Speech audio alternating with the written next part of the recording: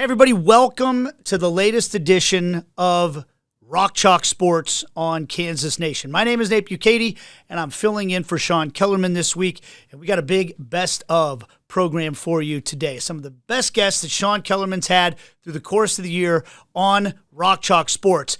And it's a big week in Kansas athletics as well. Coming up on Thursday's show and on Friday's show, we're going to be talking KU basketball. We're going to be talking about the college football scene. Brandon McAnderson is going to join us on Thursday, and we're going to run through the KU roster from this past year, strengths and weaknesses that need to be addressed going into the offseason. We're also going to spend some time talking about the college football playoff and the current bowl game system when it comes to college football. Brandon McAnderson, one of the all-time greats at KU, great guy to talk with, so that's going to be a really fun conversation.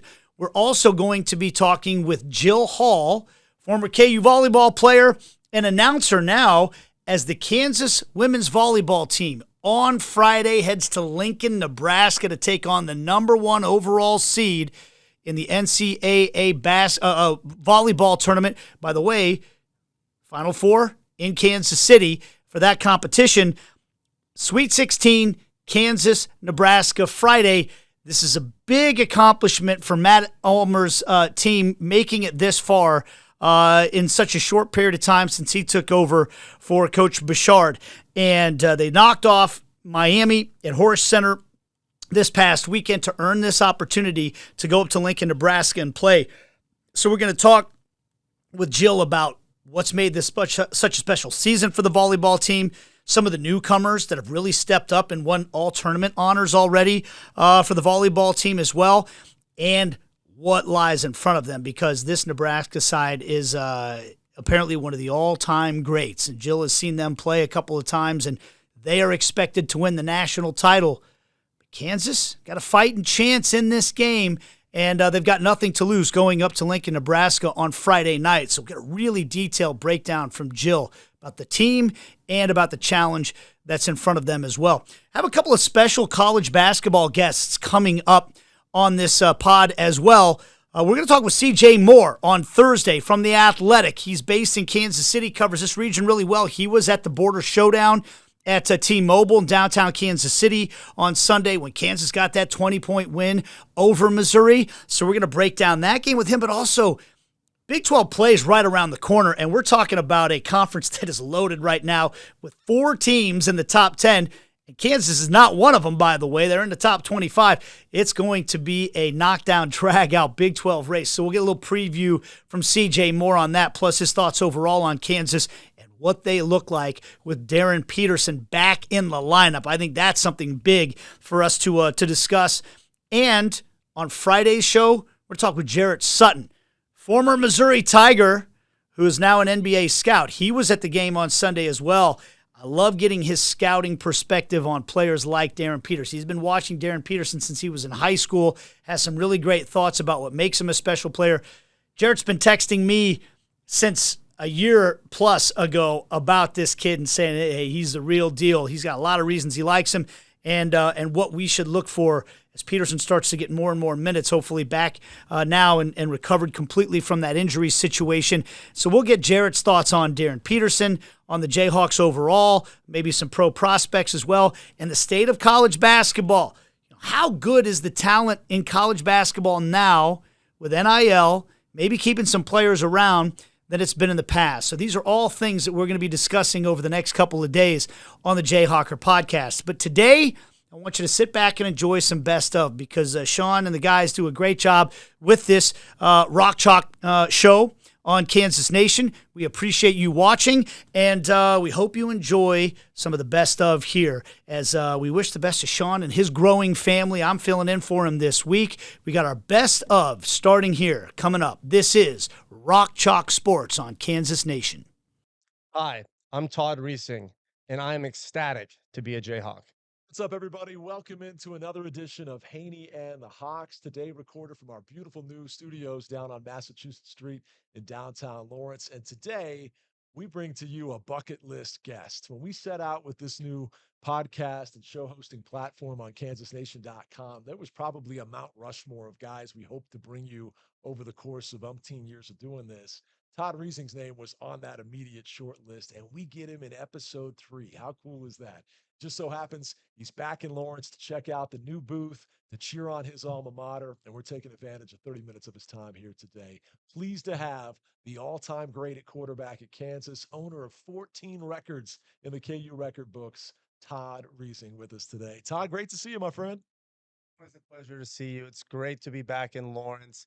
Couldn't be more excited to see the booth for the first time on Saturday. I got a preview of the stadium and facilities yesterday, and I'm absolutely blown away. They did an incredible job. I can't imagine facilities anywhere else in the country that are better than what we have right now at KU. How about that? What were you thinking walking around thinking, it's only been 16 years since I played, but this is light years different than what I had? My first thought was, man, I wish we had this when I was here. Yeah.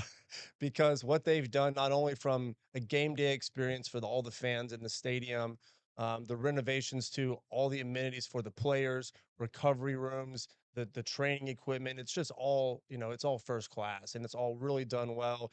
Aesthetically, it's pleasing. Functionally, it works well. So it's really impressive to see how far we've come in 15 short years and how they're leveraging technology to help with recovery, to help with training. It's really impressive. So really amazing to see what we've done at KU, all the generosity from the donors, from people like David Booth to help, really elevate our football program to be the best in the business. I hope there's some element of pride for you knowing that while it was 15 or 16 years ago when you played, you guys put Kansas football back on the map. And yeah, it may have taken a decade and a half to get all of this now, but you guys started that initial trajectory that put us where we're at today. Yeah.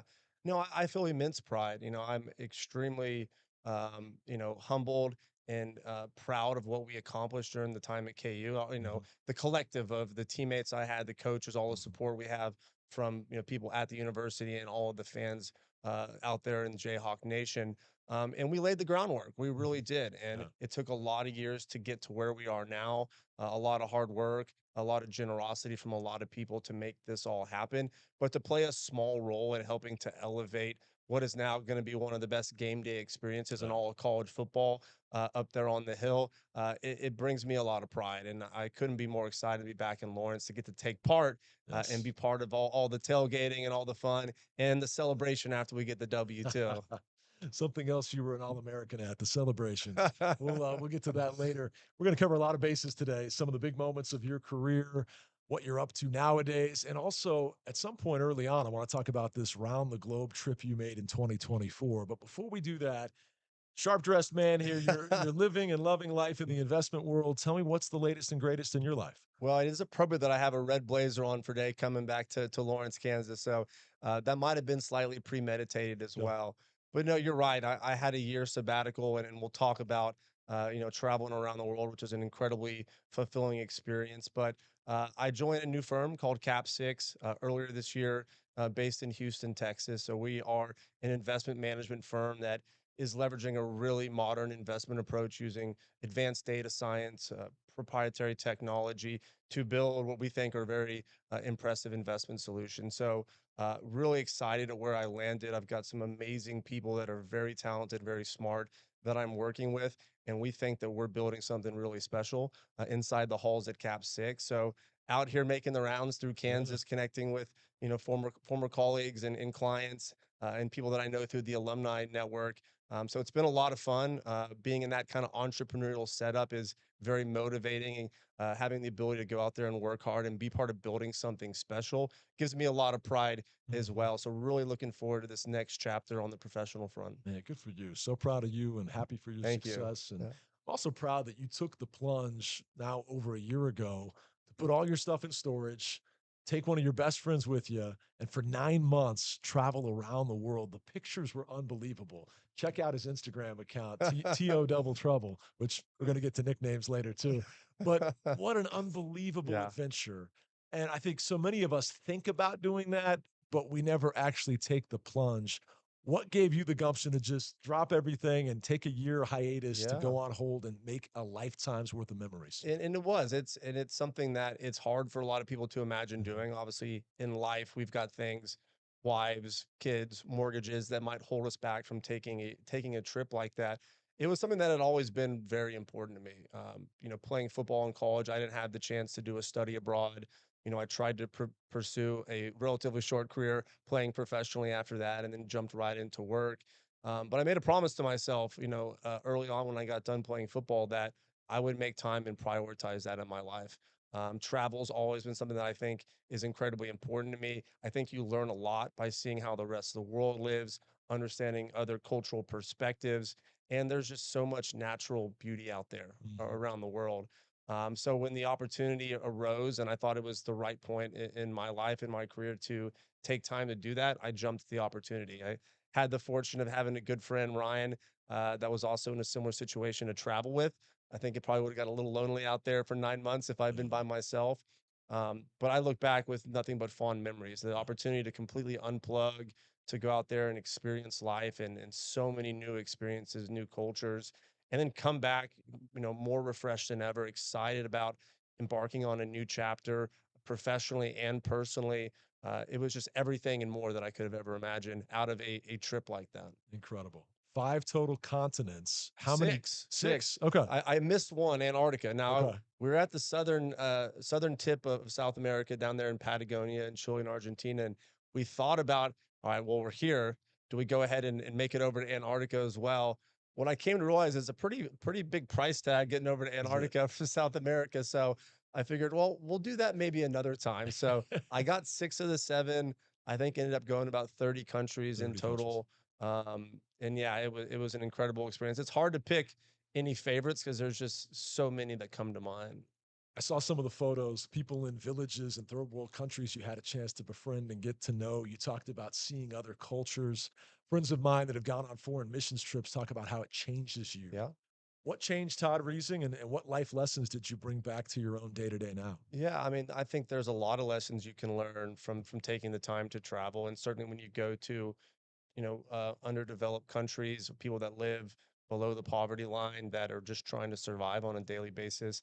I think it does give you a lot of perspective. I think it makes you appreciate how lucky we are to live in a place like America. All the things that we take for granted on a daily basis are luxuries to a lot of Mm. people around the world. I spent a lot of time in Cameroon with one of my best friends, Alexi. We went to the tribe, the Tupuri tribe in Jiglao, Cameroon, Wow. where he was supposed to be the chief of the tribe until he ended up getting adopted to come play basketball in the US. And so we went and spent time with his tribe, sat with the current chief, saw the land that his family owns, where there's only one well for, multiple groups of families.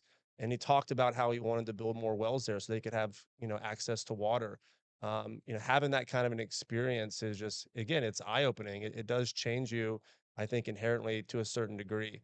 So that, amongst many other incredible experiences, just it's a very fulfilling, life-changing perspective that I think more people should have the opportunity to do, if you're willing to take that plunge, take that step forward.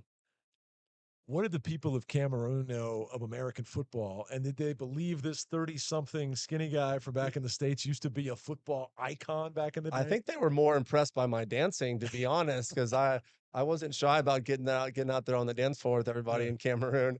But I don't think the term American football exists over there. I think it's just football, and Okay. that's term for soccer.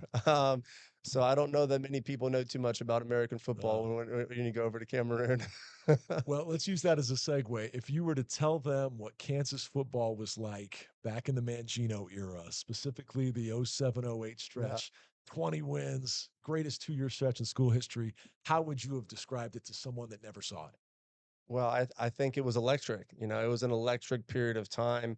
When you look at, for my freshman season, what the energy was like inside of what we now call the booth, inside of the stadium, at the tailgates after the game, just around the city of Lawrence, it was different, right? There wasn't this excitement, there wasn't this energy that surrounded the program that we were able to create in 2007, 2008. When we went on that run of the Orange Bowl year and won our first 11 games, and you could just see the intensity building, the excitement building, how much people were really getting behind the football team and supporting us. And that resonated and, filtered its way through the Mm. entire Jayhawk alumni. No, And it really did, I think, transform how people thought about Kansas football. no. And obviously that kind of success can change the trajectory of an entire football program. And it absolutely did. Before we dive into specifics of that upward trajectory of 07-08, Take me back to October 28th of 2006 and the day you entered versus Colorado. It changed your life and changed the trajectory of Kansas football for all of time. Memories of that day and maybe what's a behind the scenes story that hasn't been told. Yeah. Well, it's funny. I was just talking about that play with my business partner. He didn't have the full background, I guess, on all the different football stories. It's funny. I watched the 64-yard run I had on that game, which is funny. That was the longest run of my career, and it was in the first game I played when I was probably the most out of shape of my entire career because all I'd been doing for the entire season is signaling plays on the sideline and probably having too much fun off the field because I thought I was redshirting. Um, so it's funny to think back about those early days, and I was describing how I really had no idea what I was doing that first game. I remember there was plays when I knew someone was blitzing and that I needed to change the blocking coverage, but I didn't know how to because like you're panicked, you're overwhelmed, the game's moving way too fast for you, and so I just go, all right, me versus this guy one on one. Like I know he's unblocked, but I'll get him. Yeah. And like just kind of that backyard style of football where you just gotta kind of wing it and make plays. And that's again, that's how I've always played. That's how I grew up playing, back in Austin, Texas. But then to think about that versus where you end up at your senior year, where you have such a greater command of the offense, the game is slowed down, but yet your success level might not be any different. So at the end of the day, like that grit, that determination, that X factor you have to have, that becomes such an important quality in terms of finding success. Because even if you know what you're doing, it doesn't always result in the W's that you might want to have. True. Well, between that first day and then the 25 wins you would rack up as a sophomore through your senior year, there was a changing of a guard where you take over as QB1 and Kerry Meyer out of Pittsburgh, Kansas, who was recruited as the four-star quarterback, would humbly accept a different role. And to me, as somewhat of a KU historian, I think it's one of the all-time great teammate stories that he took on a different role, not to just make the most of it, but to do whatever it took to help the team have Yeah, the optimal success. And then he goes on to be one of the most prolific pass catchers in the history of the yeah, school. So my question for Todd Reesing is, what was your relationship like early in that process when you were competing at the same position? And then how did that develop and morph into your most trusted yeah, set of hands for the biggest plays of your yeah. career? Well, during the time that we were competing for that starting quarterback job, Kerry and I were roommates. We lived together. Yeah. So we obviously had already had a relationship as friends off the field. But to be living together when you're going through this heated quarterback competition, and I say heated in terms of the level of competition, not heated like there was any animosity between the two of us. Ultimately, I think either of us, whoever would have won out, we would have supported the other person. Now you look at today with how often players jump around, and Kerry certainly could have left, but I think that speaks to the character that he had. Is that when he didn't win the job, he didn't pout, he didn't stop being a good teammate in the locker room. He kept working hard, and I think all of us, not only the players but the coaching staff, knew he's too good of an athlete to keep off the field, Yeah. and we had to find another way to get Kerry involved in the offense because he was too athletic, he was too smart, he was too good at football. And as you mentioned, I mean, he ended up becoming one of the most prolific receivers in the history of Kansas football. I think his knowledge, having played quarterback, helped him become such an incredible receiver. And I think back to, so many third downs where it was always Kerry's the number one option. If a play broke down, Kerry's going to be open because he understood the coverage, he understood the weakness in the defense, so he was able to find a way to get open when plays broke down. So we just had this connection between quarterback and receiver that I always knew what he was thinking because he's thinking like a quarterback. Mhm. And so that really allowed us to excel and just have this quarterback to receiver, adaptability and connection where if I needed a big play, if I needed a third down conversion, like Kerry was my guy. Yeah. Did the roommate relationship blossom and grow in the best of ways as he became your most trusted ally to throw the ball to? Him and Dez, of course. Yeah. Well, we weren't roommates after that, so maybe it didn't work out that well. No, no, I think, yeah, I think that relationship only grew. And listen, he still sat in a lot of the quarterback meetings because he was also the backup quarterback Yeah. while being a star receiver as well. But I think, yeah, I think that foundation that we had as both being quarterbacks is really what laid the groundwork for the success that he had at receiver. And I can't imagine us being as successful as Yeah. we were if we didn't have Kerry as a receiver. No doubt. Having that 1-2 punch with him and Briscoe, Like and I, I'm sure it's happened plenty of times, but there has probably hasn't been that many times where you've got two receivers that go back to back seasons. They both go over 1,000 yards. Like that is a pretty prolific stretch over a 2 year period of time for any university. We talk about you rewriting the passing record books. Those two rewrote the receiving record books, whether it's catches, receiving yards, receiving touchdowns. It's either Meyer or Briscoe, 1, 2 Yeah. in just about every column. Memories of Dez, obviously massive hands, ran great routes, made big plays. But what comes to mind when you think of Desmond Briscoe? Yeah, he playmaker. I Yeah. mean, he was the quintessential playmaker. He had the frame, he had the speed. If a ball was anywhere near him, he was catching it. I Yeah. mean, his hands, as you mentioned, were big, but he also just had the innate ability, the skill set to know how to high point balls, to know how to get open, to know how to use his body to Mhm. protect against coverage. I mean, I can't recall more than a handful of times he ever even dropped a pass. Yeah. And same with Carey. Those guys were just so reliable. They worked hard, they didn't really get hurt, and they were just out there making play after play after play. And I think back to that Insight Bowl with Desmond where, I think we completed like 10 or 11 or 12 consecutive passes to him. I think he goes on to get offensive player of the game, but he'd have these breakout moments where it's like he was untouchable. It's like he got open on every single play, and it's like you just got to keep feeding the rock. When it's like he got the hot hand, and it's like my guy Briscoe's on a roll, man. Just coach, keep feeding him. It's amazing when you go back and look at the talent on that team that then went on to the next level. Derek Fine plays for the Buffalo Bills, obviously Marcus Henry, Anthony Collins. That offense, BMAC, Jake Yeah. Sharp, a lot of guys that were not only great college players, but eventually had other opportunities too. Yeah, I mean, we had a stacked roster. I mean, that Orange Bowl season, both on offense and on Yeah. defense, obviously with the success that, Akeem and Chris Harris and Stuckey and others had playing in the professional level, Hall of Fame type careers when you think Yeah. about, Akeem and Chris Harris. But yeah, on the offense as well. I mean, Anthony Collins, Caesar, our big tackles. Yes. Without those guys, we don't have the running game that we had that was so successful. Cantrell at center, and then our all the different receivers and weapons we had, Marcus Henry and Mhm. Dexton, and then the 1-2 punts of Jake and BMAC. We had about as complete of a team from top to bottom on offense, defense, and special teams as you could draw up. And I think we were all cut from the same type of mentality, right? Most all of us were undersized, under recruited, underappreciated. We all had a chip on our shoulder. Mhm. Same with Mangino. Yep. So I think that mindset permeated our entire team, our entire roster, and it gave us something that we wanted to stay motivated, stay Yeah. hungry for. We went out there with a purpose that year, like we've got something to prove, and we know we've got the team, we've got the talent to go out there and accomplish anything and beat anyone in college football. And minus the one blunder from that season, the one disappointing Yeah. loss. I mean, if we could play that first half over again, things turn out differently. Who knows? Maybe a national championship was potentially on the table for us. Unfortunately, you can't rewind the clock, but it is fun to think about how close we were to potentially having opportunity to play for a national title. It's amazing. And 12-1 obviously has never been done before. And hopefully we'll again see days like that eventually. But 12-1, followed by an 8-win season the next year, a 20-win stretch over 2 seasons. Truly the greatest 2 years in KU football history.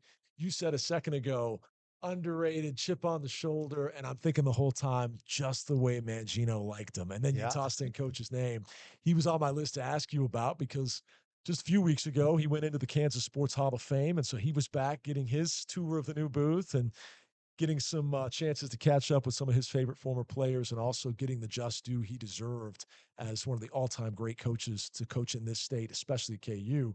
But tell me about Coach Mangino, your favorite aspect of playing for him, and then maybe what's something fans don't know about what Mangino was like. So many stories have been told, but if anybody has one that may not have been Yeah. heard, maybe it's you. I think of Coach Mangino. I mean, the first thing that comes to mind is he was the only coach that I talked to when I was going through my recruiting, which I was not heavily recruited coming out of Texas, despite having a decent amount of success at the high school level.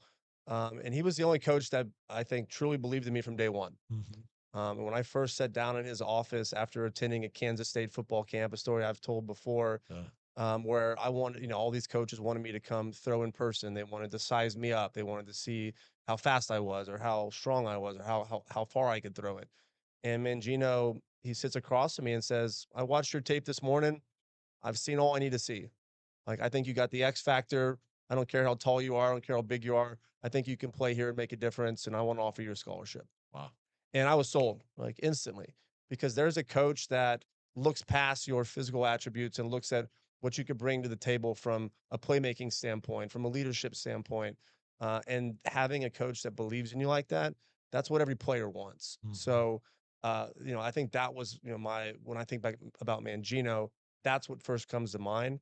I think he's got so many positive attributes as a coach. What he did to turn around the University of Kansas program, instilling a discipline, a sense of hard work, of having to go out there and earn everything, doing things the right way, going to class, getting your grades, thinking about life after football are all things that were very important to him, not only as a coach, but as a leader of young men.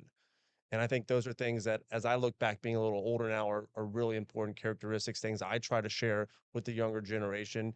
The reality is, for most of us, there is life after football, and taking your academics seriously is something that should be, as important, if not more important, than what you're doing on the gridiron. What a fabulous answer. Any candid moments come to Yeah. mind? Anything you can Well, share? so one great story. So Mangino, for those that don't know him as well, he's really funny. Like he got incredible one-liners out there. Sometimes they're just funny. Sometimes they're because he's chewing you out, but Oh. they'd be funny if it wasn't towards you. But I remember we were playing Texas A&M. So I grew up, a Longhorn fan in Austin. My dad went to UT. So I wasn't an Aggie fan anyways, just so everyone knows. But I got a coach from Texas A&M that called me during recruiting, and he goes, Todd, you're not the biggest, you're not the tallest, you don't have the strongest arm. I'm thinking, well, why'd you call me then? Like, what's going on Off to a here? great start. And he goes, right now you're on our B list of quarterback, but if something changes, we'll let you know. And I'm thinking, why'd this guy even bother? So I told Mangino that story.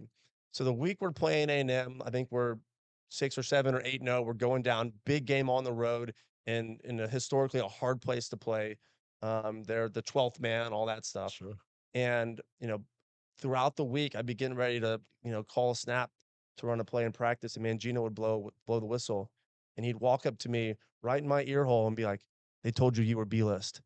And he was just chirping, like just trying to, poke the bear a little bit and add a little more motivation. Yep. So, those kind of things, the way he interacted with players. And again, he wanted you to succeed. He wanted us to succeed, but like he didn't forget that when I told him a long time before. What a fabulous story. Forever an A-lister in our book, the all-time great Todd Reesing is with us today on Haney and the Hawks. We'll take a quick time out, come back and talk about his favorite memories, specific game memories, and then we'll close with some fun stuff as well. Haney and the Hawks right here on Kansas Nation. Welcome back to Haney and the Hawks. Today, catching up with one of the all-time greats in Kansas athletics history, the Texas gunslinger, Todd Reesing. Todd, we really appreciate you joining us. We're going to close in our final segment with maybe top three favorite games, top three favorite plays, and then we'll have some fun in our 2-minute drill. But obviously, when people think of you, they think of the Orange Bowl championship in that magical 12-1 2007 season. They think of the touchdown to Kerry Meyer in the snow in Kansas City to beat Mizzou. And then there's a ton of other games that would compete for number three. How do you stack your top three favorite games? Top three favorite games. You have to put the Orange Bowl up there, probably the top spot. While it wasn't maybe the most exciting game that I played in, or the one that I played the best in, obviously the outcome, winning the BCS championship, winning the Orange Bowl after that hard loss to Missouri, and capping off what was such an incredible season. Yeah. That's probably got to be top of the list. Second, obviously, we're going to go with the Missouri game, the revenge game in the snow. 4th and 7, 27-yard line, 27 seconds to pass to Kerry Meyer. I remember it like it's yesterday. So that's probably got to be game number two. And then number three, I got to go with hanging 76 on Nebraska. After having so many Kansas fans go through, 30, 40, 50 years of Nebraska beating us by 40, 50 points, to go out there and score the most points ever on the vaulted black shirt defense of Yes. Nebraska. I think we scored 10 consecutive touchdowns. I remember during that game, uh, Coach Warner, our OC at the time, we're talking after a touchdown, and he's like, what are you seeing out there? What's working? I'm like, Coach, you could call whatever you want. All the plays work. Like, we're getting 10 yards a pop. And I think I told him, I was like, let's try to score 100. And I was being dead serious. I was like, we're not slowing down. Like, these guys did this to us for Sure. decades. Like, let's go score 100 on these guys. Would you have taken a Wilt Chamberlain picture with like 100 on a piece of paper? Absolutely. 1000%. I'm trying to be like Wilt out here, man. I love it in a lot of regards.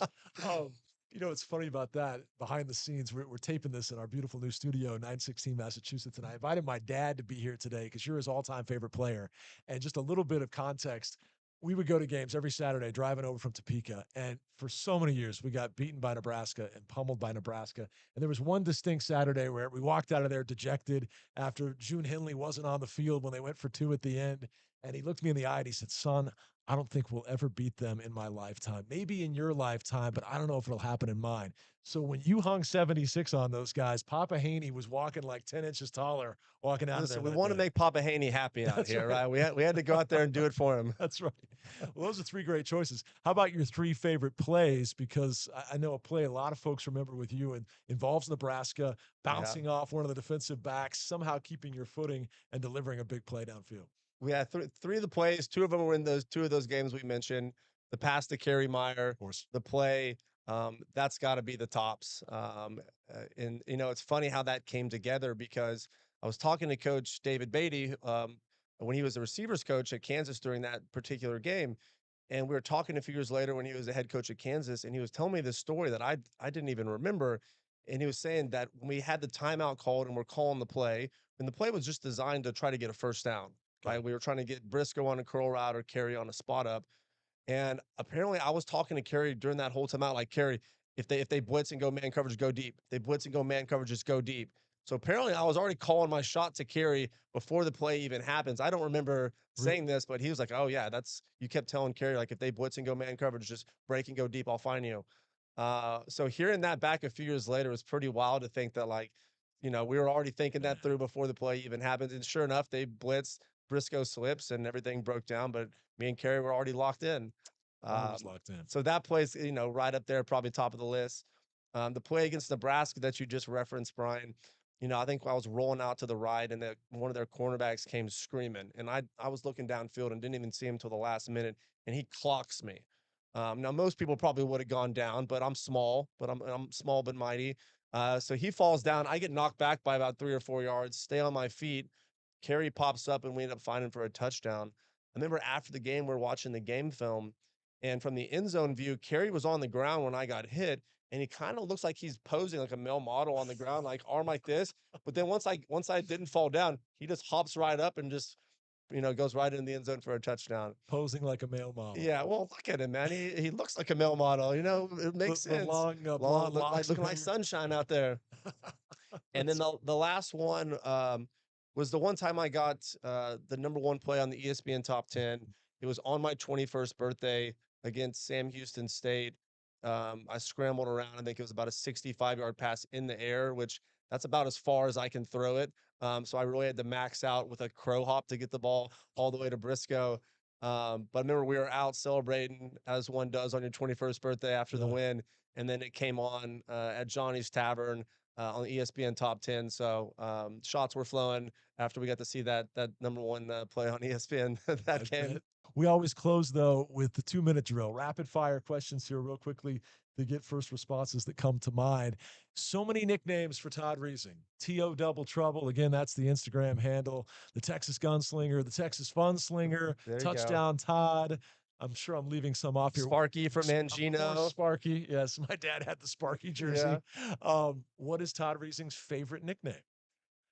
Oh man, it was funny is there's so many more nicknames since I played football too that are going through my head as well. Stories for another time. Yeah. I've always really liked the Texas Fun Slinger.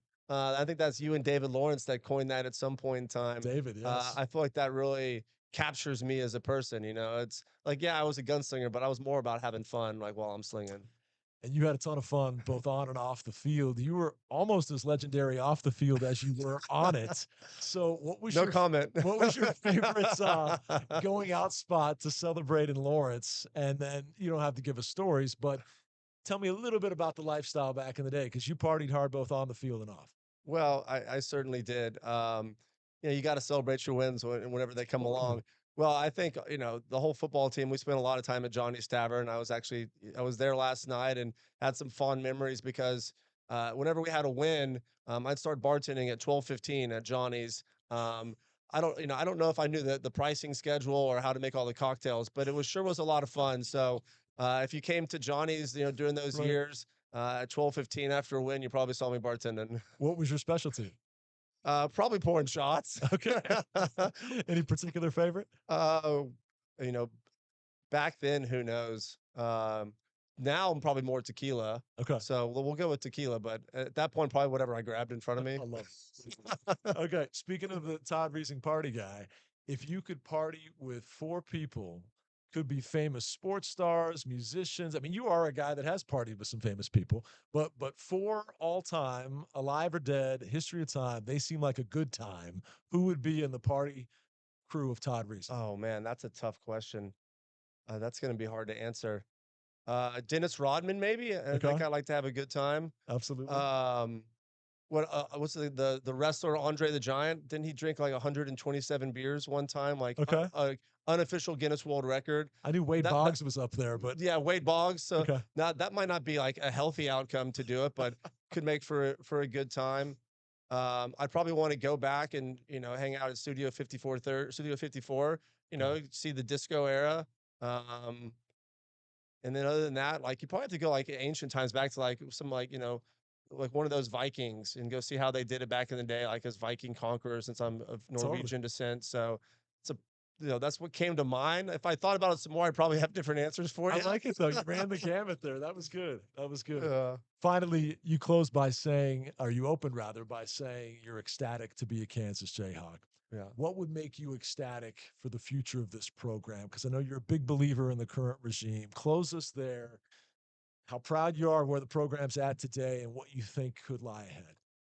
Yeah, no, when I think about my time at Kansas, like again, as I've mentioned, nothing but immense pride for having the ability to attend Kansas, to get an education here, to have the success we had on the football field, and just to form lifelong relationships with everyone that I played with other friends at the university, and that's continued over the last 16 years since I left Kansas. And I look at the current state of where we're at. Everything that the chancellor's done with AD Goff coming in, really putting a focus on ensuring that the football program is on the right trajectory, making an incredible hire with Coach Leipold and all the staff that he brought with him, the generosity of David Booth and so many other Kansas alumni and donors that have upgraded our facilities to being the best in the country. All that doesn't happen overnight. It's taken a lot of hard work and a lot of dedication from a lot of people. And to see where we're at now and see how bright the future is with this new stadium, with all these facilities, with the energy that we have behind the program, I think there's never been a better time to be a Jayhawk football fan. And I think the future is going to be really exciting for us. I think we're going to do a lot of great things and have a lot of success, both on and off the field. And I couldn't be more excited for the future. Rock Chalk. Really well said. Todd, thank you so much. You gave an entire Jayhawk generation memories they'll cherish for the rest of their lives, and you continue to represent us so well. I want to see you back as a bartender at Johnny's Tavern though sometime, slinging the tequila with the Texas Fun Slinger. He's Todd Reesing. We're going to get you out of here, my man. Thanks again. Thank really you, Brian. appreciate you. Great Real talking to fast, you Cap today. 6. Tell us one more time how folks can find out where you're at today and what you're up to. Yeah, so Cap 6, we're a Houston-based investment management firm. We're having a lot of great success building the firm. I'm really excited to be embarking on this new chapter. Always happy to talk with anyone about what we're doing. So feel free to reach out to me on LinkedIn or via email, and always happy to chat. There you go. The all-time great Todd Reesing right here on this edition of Haney and the Hawks. What's up, everybody? Dan Peterson. Everybody go check out kansasnation.com. Crown Toyota and Crown Volkswagen, getting you where you need to go. Celebrating over 30 years and honored by Best of Lawrence. Visit crownautomotive.com and explore the latest models, check out specials, schedule expert maintenance, body shop, and repair services, all with ease. Experience the Crown difference. Miles Snares Crown Automotive, 3400 South Iowa, Lawrence, Kansas. Supporting Kansas athletics.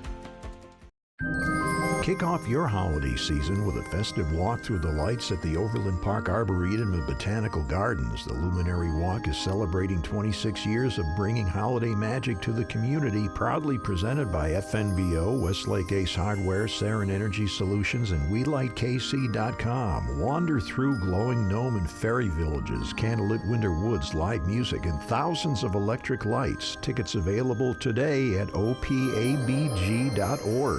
Listen up, guys. A new year is coming, and you deserve to feel your absolute best. Whether you're chasing peak performance, trying to reignite intimacy, or simply want to feel your best, Game Day Men's Health Lawrence is your calling. Situated in a plush man cave setting, their services for testosterone replacement therapy, erectile dysfunction, vitamin therapy, and weight loss are sure to give you the boost you need. Make an online appointment today by searching for Game Day Men's Health Lawrence. Step up your game in 2025 with Game Day. Transform your home into a serene oasis with a pro-built pool and patio sunroom. Their expertly crafted sunrooms offer breathtaking views, natural light, and year-round comfort. Whether you're relaxing, entertaining, or simply enjoying the beauty of nature, their sunrooms are the perfect addition to your home. Visit them at 4708 Northwest Gateway Avenue in Riverside to see their stunning selection. Pro-built pool and patio, where your dream living space comes to life. Hey Kansas City, Ochai Baji here. When I keep up with my Oak Park Northmen, there's only one place I go. 810 Varsity and 810varsity.com. Scores, features, rankings, predictions, and playoff brackets. Watch games online and, of course, the best social media coverage from Lawrence to Lee Summit, Lenexa to Liberty. Plus, the region's biggest events with college combines, basketball showcases, and more. All at one place. And I'll let Ochai tell you again. Check it out now. Kansas City's home for high school sports. 810varsity.com. Merry Christmas and Happy Holidays from Family Leisure. Come to Family Leisure so we can make your holiday shopping easy. We are your one-stop shop for incredible deals on hot tubs, arcade games, theater seats, grills, massage chairs, and much more in stock and ready to go. Come in for your Chiefs fan to see our inventory of Chiefs clocks, banners, and area rugs. Decorate your game room with our dartboards, gaming chairs, pool, and shuffleboard tables. Mention A10 and save more at Family Leisure, K10 and Ridgeview in Olathe. Awesome! What's up, everybody? Dan Peterson. Everybody go check out kansasnation.com. Welcome to Season 3, Episode 1 of the Timeout with Tyshawn Taylor podcast hosted by Rock. I am Rock. He is the one and only Tyshawn Taylor. What's up, baby? Welcome back. Season 3. We have a very special guest tonight to kick off the season. He's originally from Rochester, New York. Whereas a senior, he led University Prep to a Section 5 Class AA title, where he averaged 25 points a game as a senior. His basketball journey took him through Monroe College, where he became the all-time leading scorer with over 1,400 points and earned NJCAA first-team All-American honors. After standout seasons at Wagner and St. Bonaventure, where he earned all NEC and all A10 honors, he now brings his talents to your Kansas Jayhawks. Off the court, he's a proud alum of the Boys and Girls Club of Rochester, and he's been known to have lit up the tennis courts as a freshman and sophomore while in high school. Please welcome none other than Melvin Council Jr. Yeah, Mel. What's up, Yeah, fellas? How y'all doing? How appreciate y'all you. doing? Appreciate you That was showing a up, nice man. intro right there. That was He did nice. his homework, Yeah, right? yeah, that that's was my nice. boy. He did his homework for sure. I want to say appreciate you, pulling up, giving us your time. I know you guys are busy right now, locking in for the season. So again, just thank you for your time. We won't hold you long. We got a couple questions. Just want to, vibe with you, get to know you a little better, Yeah. let the fans get to know you a little better. As obviously you're a newcomer to the Jayhawks. Right. Chris mentioned you made your rounds, Wagner. I missed somewhere else. St. Bonaventure. St. Bonnie's. How you adjusting? How you adjusting to Lawrence? How you adjusting to the big time atmosphere of Kansas basketball? How you adjusting to Coach Self, your new teammates? How's the vibes? I mean, the vibes is good, Coach So, he's a great man. We got a couple new players. That's because the portal, but like it feel like we've been playing for years, and the connection that we got is unbelievable. And I tell myself I got 9 months to do what I got to do to provide for my family, and I'm so locked into that and so invested into the culture that we got. And no place playing at Kansas for your last year, so why not bring For my sure. talent to Lawrence? For sure. No, I like that. I've been to a couple practices. I got a chance to get out there and run up and down with y'all a little bit. You guys look good, man. I'm really excited about this team as a alumni, as a fan. Watching Kansas for the last couple years. I'm not sure how close you paid attention, but obviously I did because I'm a, alum, a fan. Um, we ain't look too hot, man. We ain't look how a normal Kansas team looked these last couple years. And so I'm excited. It feels like some new energy. Yourself, Trey, Cole, DP, obviously.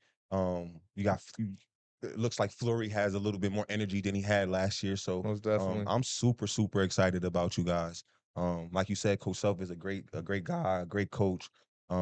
He knows his stuff, bro. I'll tell you again, as an alum, listen to him.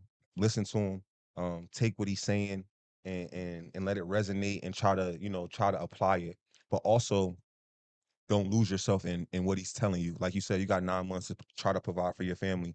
And he is going to try to take those 9 months and get the best out of you to to help this team be the most successful, right? Right. So let your individual goals align with those goals, bro, and you're gonna be fine. Um, I'll pass it over to Chris. I know he got some questions, but Just curious how the recruiting process was for the portal compared to like a normal senior, junior, and senior in high school. When you're in high school, you good got question. coaches coming to your games, Right. visits. Once you get in the portal, you're kind of done playing, right? Right. So Right. just kind of curious how that process is. I mean, that process was crazy because at St. Bonaventure was my last year. Then the NCAA made that rule about the JUCO players, so I was blessed. But a lot of people don't know that I was gonna stay at St. Bonaventure, but my mom and my dad they pushed me to go into the portal, and I told them I don't want to, but they said go see what's out there, and if you don't like it, you can come back to St. Bonaventure. And I'm the type of guy that I don't like coaches calling my phone. I don't like going on visits. I don't like none of that stuff. I just like to be in the gym. Like I didn't like going on flights. I turned down a lot of visits. I was supposed to go on probably like 10. I only went on like probably 3. And when I came on campus, when I came to Kansas, I just loved everything. Like everything just caught my eye, especially when coach played a little throwback of the Kansas history. Mhm. I told my mom, I said, "Yeah, this is school." My mom Gets it said, every time. "Yeah." My mom said, "We gotta Gets wait." him every time.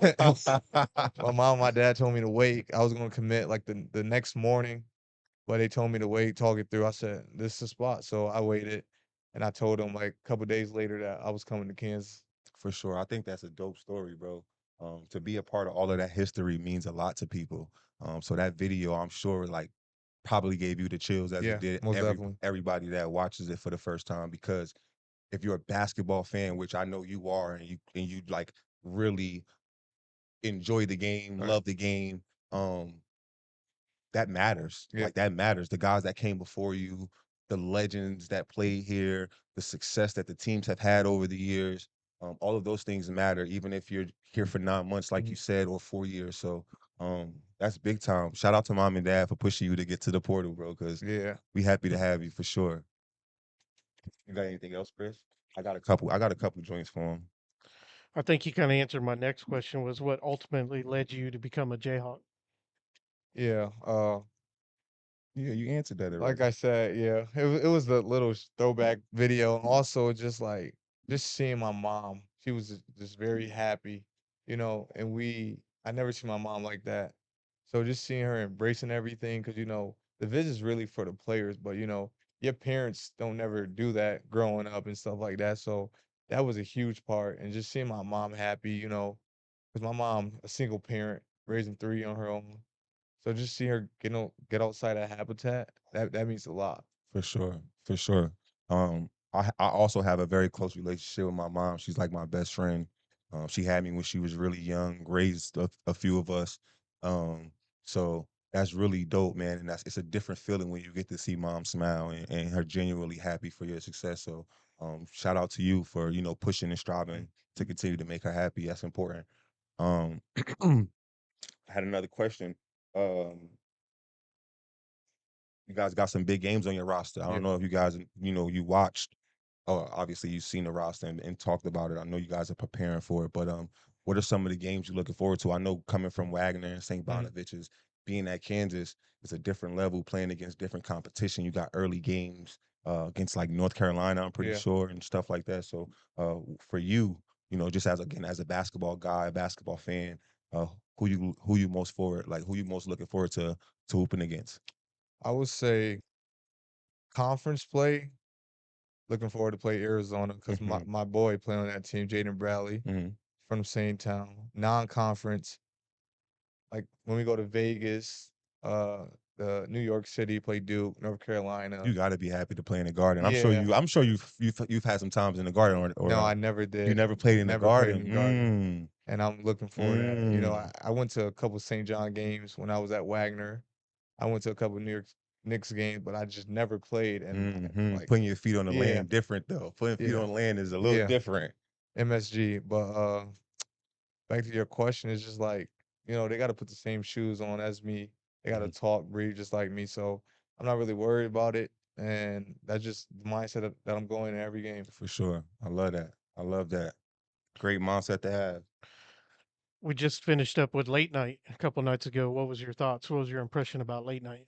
Late night, that was dope right there. I never had the atmosphere or like I never had the experience to do that and to see people coming out to see us, see the new team, and just having their own personality. Because I came out and I did a cartwheel. Nobody didn't expect that, but I just want to show the fans that it's not about basketball. It's about making y'all smile, making y'all enjoy it. And they didn't have to come out, but they chose to, and we appreciate that a lot. For sure. So when I was a shorty, we grew up like the Midnight Madnesses and Yeah. the late nights. They would like show some of those on like TV. So as a high school kid, we looked forward to those. Right. And obviously, you come to Kansas and it doesn't disappoint. You have like the best fans. I'm not even gonna say some of the best. You have the best fans in college basketball. And you're gonna see, bro, like you're gonna be going to practices some morning and you're gonna be stepping over kids that's sleeping just so they can get a good seat at the game that's 3 days from that day. It's ridiculous. So this fan base is like unmatched, bro. And you're gonna see that here pretty soon. So I'm excited for you to experience that because running out of that tunnel in Allen Fieldhouse, different type of vibes, bro. My next question for you though is what's your individual goals for yourself this season, and then also what would you like for the team success to be? Your own, and then obviously the inside what you guys talk about as team success, because I know Coach Self pretty well, and I know this early in the season he's not really preaching national championship. Right. His big thing is we gotta win our conference, Right. be the best in the conference, and then we take care of that when we take care of that. So again, your individual goals for yourself, team goals, and then obviously So I got two for myself. Make the team better around me. I got to make the players better. That's what's going to stand out the most. Number two is just knocking down the open shot, playing with a field, playing with other guys that's better talent-wise and that can play basketball just like me. As a group, I would say us just defending and talking more and just being more like quick to the ball, quick to reactions because, on off the court, we talk about it every day. We see the rankings and stuff like that. We know what we got. And we know that we can't wait to just prove to everybody that we not. I don't know what they got us as ranked, but we know what we is, and we just can't wait to show everybody what we made of. for sure. Okay, so I'll tell you what they got you ranked. They got you ranked at 19, which for me, I think you guys should take it two ways, right? I don't think you should take it as disrespect, but you should take it as disrespect, right? And I also think you should take it as like there's no real pressure on us, right? There's no real pressure on us. I know, speaking from experience, we always were like top 5 preseason, and those early games felt like March games to us when we lost them, or if we lost them because of just we want to keep that number 1 ranking so early. The Right. shit don't mean nothing until March, bro. Right. That's the truth, right? Right. So continue to get better, continue to learn your teammates, and that shit will play itself out. You guys should feel disrespected though, right? Because you Kansas, and you should never be. Yeah, right. I get that. So feel disrespected, but also don't let it get to a point where it's like we playing because we want to be number 1. We want to be number 1 in March. That's the thing. who cares who's number one right now? Right. Right? Who Right. cares? Again, half of these teams just getting put together like y'all. Y'all got 7 or 8 new guys. Nobody's seen y'all play as a team together. It's hard to Right. even judge that. Right. Right? It's hard to even say who's what. Right? But they did their thing, and y'all take that and y'all run with it. But just get better every single day, bro. And at the end of the day, be number one. Right. That would be my advice to you guys, or to you personally as well. How do you feel the chemistry is coming together? Oh, the chemistry is coming together a lot. You know, I tell people this all the time. I feel like I know these guys for 4 to 5 years, and we just met. Like the summertime boot camp, and when we came on campus, it's just laughing, joking, and everybody's just chilling. Justin Cross from every time after practice, like we just vibing, and that's gonna play along throughout the non-conference, conference, and March Madness. Absolutely. But you need to have team bonding. That goes a Absolutely. long way. Absolutely. A long way. Who's the funniest Absolutely. guy on the team? Me by far. By Yeah. far. Yeah. All right. Yeah, I've been around the guys a little bit myself, and he definitely has the most energy, and I think it's contagious. Like I think the energy that he brings is kind of the similarities that some of the coaches tell me they see between the two of us. Is obviously frame and Yeah. size and So you y'all know kinda style of look play, East Coast accent, all of that shit that I came here with. But the energy that he plays with and he brings to his team, I think is contagious, and I think that's one of the things that I've heard coaches say reminds him of me, or reminds him of that's why I said that right. Reminds them of each of whatever. But I wanna go back to something you said when I asked you about your goal. And you had mentioned um the team talking and being better on defense, obviously. And I think that is just kind of Yeah. we're getting better, obviously learning Coach Self's principles, Yeah. how you want you guys to play. And then it was something you said before that. Do you remember what you said? No, I don't. What's your goal for yourself? My goal to make others around me better. Others around you better Yeah. to make the open shot. Yep. Boom. I want to go back to something that I noticed at the practice the other day. And we spoke about it in the gym. So Yeah, most definitely. I feel confident saying this to you. But Coach Self ran a play. I don't know what the play was, but at that time, you were the person that it was being ran for. You came off, you made a shot. Ran a play again, other side, you came off open and you didn't shoot the shot. And the whole gym was like, shoot the shot. And he was like, I should have shot it. I'm like, yeah, you open. Like, Right. and so this is part of the thing I'm saying about having your own individual, like, listen to what he's saying, but don't let it get to the point where you changing what you know to be right. Right. You score 1,400 points at the college level, you can get a bucket. You could get a bucket. That level, this level, you can get a bucket, right? So until he's like, Melvin, don't shoot. Shoot. The good ones. Mhm. You want to. The most important thing to you is making your teammates better, which means sometimes you gotta shoot the open shot. That's how you're gonna make your teammates better. That's how you Right. might get DP open. That's how you might get Fury open, is because they double him, he kicks it out, and you don't shoot it. Now the double work, right? So these are the things that you got to keep in mind. I love that you said that, because you're gonna make your teammates better. You're already doing it because your energy, right? So you can make shots or not make shots, but you're gonna bring it defensively, right? You're not gonna turn the ball over, right? You're gonna have high energy. You're gonna be a good teammate. That alone, you're gonna help your team, Most right? The definitely. Yep. scoring shit, that'll come because they're gonna need you to do it. They're gonna need you to score, right? Everybody's putting a lot on DP right now. Everybody's saying Darren. Respectfully, he deserves that. He's earned that, right? But he's never played a college basketball game. And again, just like ranking you guys 19, it's hard to say what he is gonna be because we haven't seen it at this level. I think he's gonna be great. And when he's great, everybody's gonna say, I told you so, but we don't know yet. We know that you can score at the college level. We know what Right, you can right. do at this level because we've seen it. Do that. Let him be who he is. Let Fleury be who he is, and be you. That would be my advice to Yeah. you. Obviously, I'm sure you hear this and Yeah, heard this. most but definitely. Yep. Again, just being around and seeing the little things that I've seen, talking to Mario, and I know he's been around a lot. Yeah. Sky's the limit for you, bro. Sky's the limit for this entire team. And again, we as ex-players are excited about it, which is why we coming around a lot more, because Mhm. we want to see you guys be good, right? Even if we only get to see you guys for this short amount of time. Right. So keep doing it, bro. Keep doing it. I want to kind of jump back to like your junior high, high school days. I'm always interested in because Tyshawn talks about how they back then it was like the magazine or the newspaper keeping track of where you're ranked and who's ahead of you and going after those people. Were you one of those kind of guys where you always kind of knew where you were ranked, how you were doing?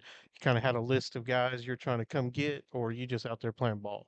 Oh, I'm just out there playing ball. What I will say, uh, I went for this tryout when I was younger, Albany City Rocks, EYBL team, and I was killing, and they put me on the B team, right? And they told my mom if he killed a couple games, he could go to the A team, and that just made me fuel to the fire when they said that. And then I didn't play with them. I played local in my city, and we actually played a EYBL team in Memphis, and we beat them by 40. By 40. And I was going crazy. So that just got a fuel to my fire, but I didn't look at the rankings and stuff like that. That really didn't matter. And I was in a small town, Rochester. So if you wanted to be something, you had to work every day and go out and play. And Right. that's what we did. We didn't run from nobody. Like we didn't even play in our town for real. We travel a lot. So You know my guy, Two Holloway? I heard of that You name. heard that name? Yeah. Or Mark Lyons? Yep. He is. Those two of the guys from my era that's from like up top that would come to the city or come to Jersey to hoop with us and got a name in the city, but would always go back up top Yeah. and obviously just be killing it just because a little bit smaller, Right. not as much competition. But um it's always a story though. It's always something Yeah. to the killers. The killers always got the story where it's something that pushed them or drove them to turn them into that, right? Michael Right. Jordan not making his middle school team or whatever it was for Kobe not starting his rookie year or like it's always these things that people can go to. Why is he why is he this way on a Yep. basketball court? He's this way because these things always drove him. So that's good that you got your thing, man. Don't ever lose that fire, bro. Again, I've been around you a small amount of time, but your energy is contagious, bro. I love it. I know your teammates feed off of it. I'm excited to watch you guys play and hoop. Um, you got anything else? Just kind of your whole experience with Lawrence so far, and kind of like what do you like about it? The town. The Talk about the town, just town the outside town of itself. basketball, the food. Oh What's your yeah. favorite spots to hang out at? Where the boys go chill? I mean, my favorite spot to eat is by far Pepper Jack. Uh-huh. Get you You a good know. cheese steak. Oh no, rice bowl, rice bowl. Rice We get the bowl? rice Alright. bowl. Pepper Jacks? We get the rice That bowl must be new. with the shrimp and steak. And like We I gotta just fell get you in to love with that. Johnny's. We gotta Yeah. get you to Johnny's. I fell in love with that. But the fellas, we just hang out. We go to Kobe's, or Mhm. we went to Texas Roadhouse like every day. It's on Red Car, Yeah. and we going back tonight. And Yeah, that's for where we sure. hang out at Texas They got the Roadhouse. Olive Garden opening up Yeah, over it's about to there open too. It's gonna soon. be lit. Yeah, but you know, Jay Crawls put the team together, go to Kobe's, and me, DP, we'll text group chat about Texas Roadhouse. But a lot of people don't eat Texas Roadhouse. They be bougie. But it be like 6 of us at Texas Roadhouse. But hey, it's on Red Car, you know, free Yeah, food for is the sure, best, for you know. sure.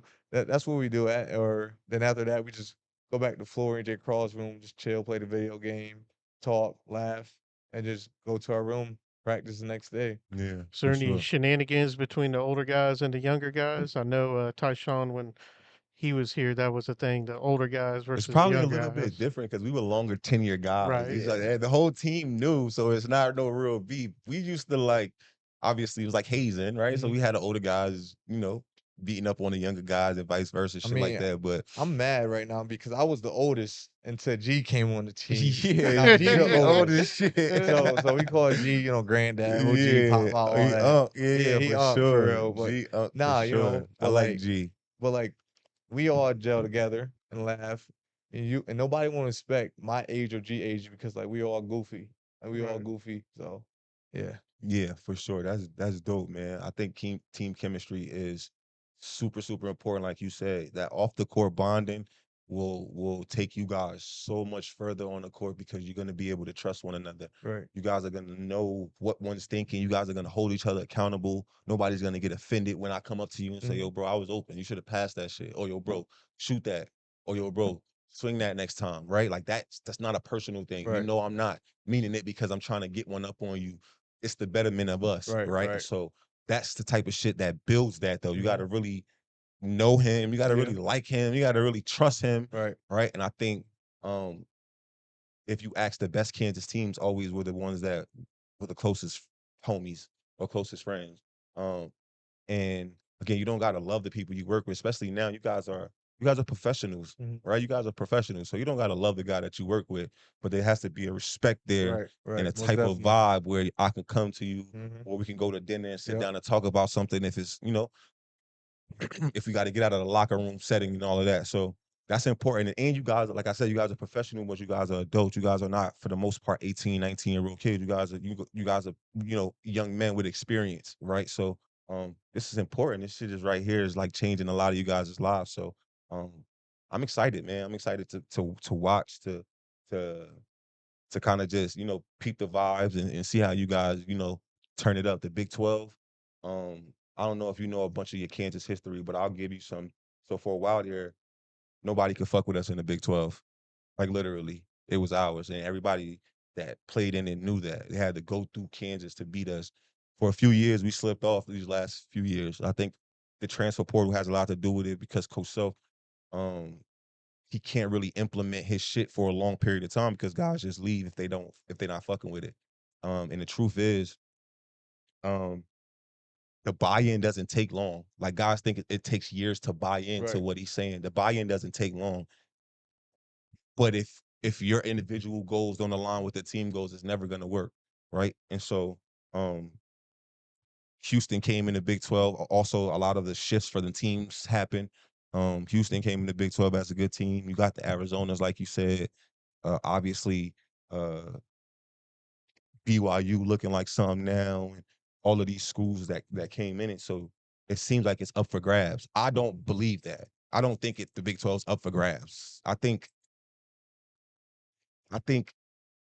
it's been a little bit of misunderstanding, mishandling by us, and letting other teams get comfortable thinking that, a la Houston and whoever, Arizona, the other big hitters in this joint, right? So they think that. I'm here to say, and here to kind of like motivate you to go like claim that, right? And make them understand like this is ours, no matter who's here. Long as the jersey says Kansas, this is ours, right? And again, it gets tricky because guys are not here for a long time. So the buy-in, again, it seems like it takes a long time, but it doesn't. If you really want to win and you want to get to the next level, there's no better place in the world. There's no better place in the world than Kansas. That's the truth. You're gonna win games. It's gonna be NBA people and NBA scouts at every practice, every game. You're playing against the best competition. The opportunities there. You got one of the best coaches in the world speaking highly of you, depending on your character and who you are, obviously, which I'm sure won't be an issue, right? For him to say good things about you. He already is. And that goes a long way. So take full advantage of your time, bro, which I already know you are, but keep that competitive spirit and bring that shit home. Bring that Big 12 championship home. And then once February and March here, then y'all shift gears into national championship. But that's the first step, bro. So I'm excited for what y'all boys gonna do. Chucky sent some questions along since she couldn't be here today. Chucky sent some questions. All right, so Chucky is his daughter, is 12 now. Yeah. 12-year-old's daughter, and she's usually here with us, and we do a little funny segment. What is it called? Chopping It Up with Chuck. Chopping It Up with Chuck, and she usually asks, would you rather questions. Okay. She's coming from a 12-year-old girl, so they're off the wall, but we have fun with it. And But so usually I don't get to see him beforehand, but I got to see him this time. Did I you think edit some of them? no, she took it Okay. easy on us this time. She I hard was a on little us. nervous, But yeah, we try to have fun with it. So you answer as you will. Okay. So we're gonna play a little would you rather? Would you rather fight 100 duck-sized basketball players or one basketball player-sized duck? One more time. Would you rather fight 100 duck-sized basketball players or one basketball player-sized duck? One basketball player sized duck. So like a 6'4" duck coming at you sounds But I crazy. mean the duck doesn't have very big like reach, right? Yeah, I probably just fight one. Do you know how fast them ducks run at people? And Yeah, but if you got 100 of them, and imagine at the size of his beak if it's 6'4", might just anyway. But 1,000, 100 little ducks, little basketball player size ducks. So little men, Yeah, basically. Little ass men. That's terrifying. I'm gonna go with the one duck, Yeah, I'm gonna go probably. with the one I'm duck gonna and go hope with he don't get me with a beat. Yeah, but then again, I'd rather get jumped by 100 ducks than getting beat by one though. So yeah. don't He's know. gonna lose a fight. At least Yeah, there's you 100 lose of the them. fight. Might as well get jumped. People be Yeah. like, "There's 100 of them." You be Yeah, like, "Yeah, the there's one duck. 100 You of lost to them." one duck, bro. That don't even sound right. Nah, I feel that. Would you rather eat dining hall mystery meat for a month or live in a dorm with no Wi-Fi for the whole school year? Live in a dorm with no Wi-Fi. Yeah, I'm not eating no mystery meat from Yeah, I nowhere. can't do mystery meat either. Cut it out, Chuck. Yeah. Would you rather have everyone you know have access to your search history or have everyone be able to read your mind? Search history. I'm going search history. Yeah. I don't know, man. I don't think nobody needs access to Yeah, either one of those man. things. I plead the fifth. Oh, she gonna make you run if I you plead the fifth. I plead the fifth. I owe you down and back. Yeah, yo it down and back. All right, last one. Would you rather have your locker next to the guy who never stops talking about his stats or who always forgets to wash his gear? Good question. I came from JUCO, so I smelt it. So Everybody. I do the locker stink. Yeah, I do bring that some one. Febreze Yeah. to spray it down. Yeah, don't be coming talking to me about your stats, bro. Especially if I ain't playing good or if I ain't play that game. Yeah. And you sitting there, you see I had 30 tonight, right, man? You see I scored, you see the assists, man? I'm like, bro, you ain't even play me, man. I ain't trying to hear that. And that is Would You Rather. Those are some good questions, Not Chuck. bad. She gotta pull up next time. She Hey, I has- think that's a wrap, you think? yeah, we- unless you got something else. Nah, man, we ain't gonna hold the young brother up, man. I appreciate your time again.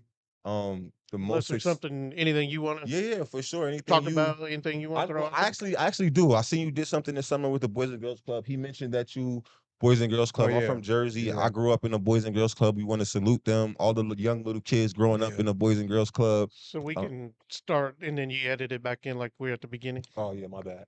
No, Oh. I just say we can ask the question to get him started and then they could just put it like it was at the beginning of the episode if you want to do that. We can Okay. talk about Boys and Girls Club. Okay. Yeah.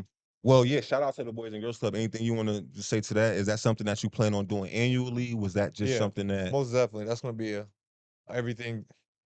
I just wanted to give back to my community Mhm. that where I was raised at. They taught me so much.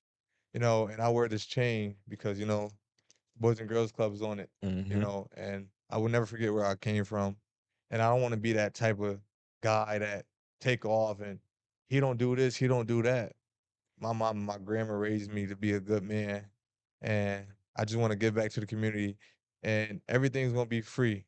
Next thing gonna be for free. Like I'm not a type of guy that need money or want people money. I just want to see people smile For sure. because I know how that feeling is. Like my mom had to pay out her pocket and stuff like that. Like I know how parents is, and I don't want that to ever happen. So yeah, I'm doing another book bag giveaway. I'm gonna do a camp. I'm just gonna do a lot of stuff coming up when when I'm done with college. Mhm. I can have like more time and stuff to think about it. And I also want to do like a 3-day camp with high school kids. Yeah. Have them play up and down and whoever win 5-on-5 versus my five, stuff like that. Just Can I be for on your sure. 5? You got me? Can I be on your 5? Tell him I got a jumper, Tasha. I got a jumper. God, man, he gonna go 1 for 10. Oh, He'll man. give you 1 for 10. Yeah, Uh, yeah. No, that's a vibe Yep. though, man. Like I said, I also grew up in the Boys and Girls Club.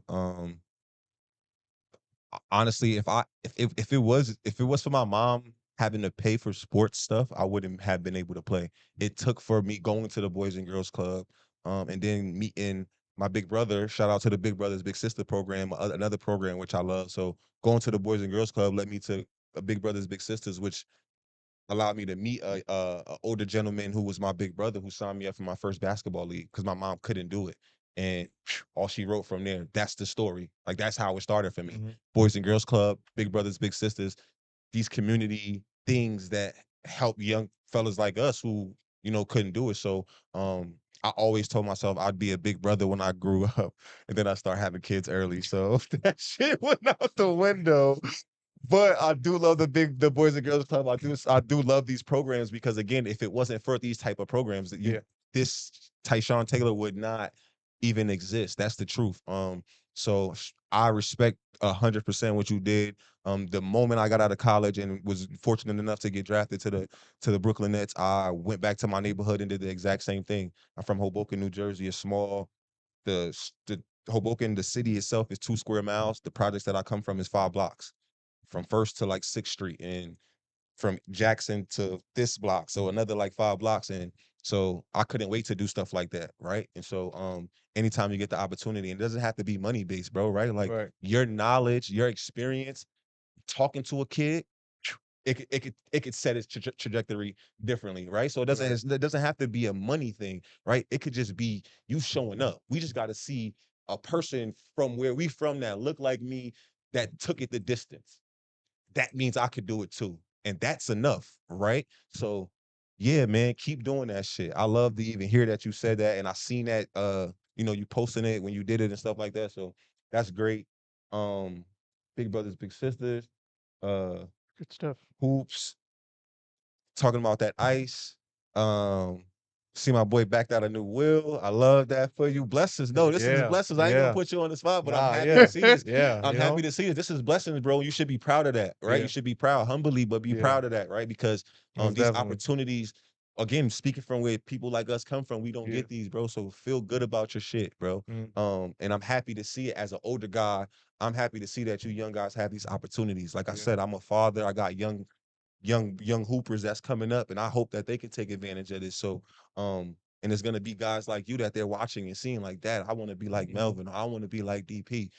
So I'm grateful for you guys, man. Seriously. And I'm just gonna leave it with that because we getting a little heavy over I got here. one more thing to Yeah, say. for sure. Speak up. My little sister, Mosiah Council, she's 17. She sacrificed a lot for me to travel, AAU, play basketball, because she could have did anything in high school. Mm-hmm. But she sacrificed her time to make sure I reach my level, and my mom pay for this, pay for that. Mm-hmm.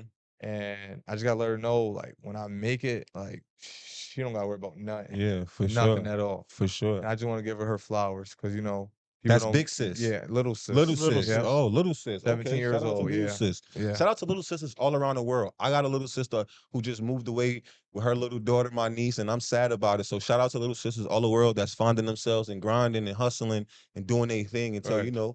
big brothers can take care of that. But that's again, all of these things that you're finishing up with. Kansas fans should be excited that we got a player like him on our team. Outside of just a great basketball player, he's a great young man. He's gonna have a bright future on or off the court. And so Man, that senior night speech is going to be tough, isn't it? yeah. Yeah, it Start is. writing it down, It bro. Just start jotting little things It down is. now, bro, for It real, is. because it's real. And I can tell that you're really family oriented, community oriented, and that's dope, bro, because those things will take you a long way, bro. Again, outside of the ball, outside of basketball, I know you're a young kid with a bright future, but I'm here to tell you that shit stops at some point, Mhm. right? So all of these opportunities that you have now, all of these people that you're meeting now, Right. save numbers, Right. text people back, say thank you, be polite, because this is the stuff that's gonna change your life outside of the ball. That shit's only gonna take you so far, right? So yeah, just be in this moment, right? Feet on the land, be in the moment, bro, because Yep. it's gonna take you very, very far. I'm happy that people compared us because outside of a basketball player, because again, I haven't watched you that much yet, so that shit's still up for debate. If we have that shit's still up for debate. We but can have him back on after the season. no, I see his work and I respect his work, bro. But outside of that, the type of person you are, I'm honored to be compared to you in any type of way, right? So that's great, bro. Yeah, bro, I'm gonna leave it Appreciate your like time, that. Yeah, man. no problem. Yeah, Thanks for for sure. having me. Again, thank you for your time.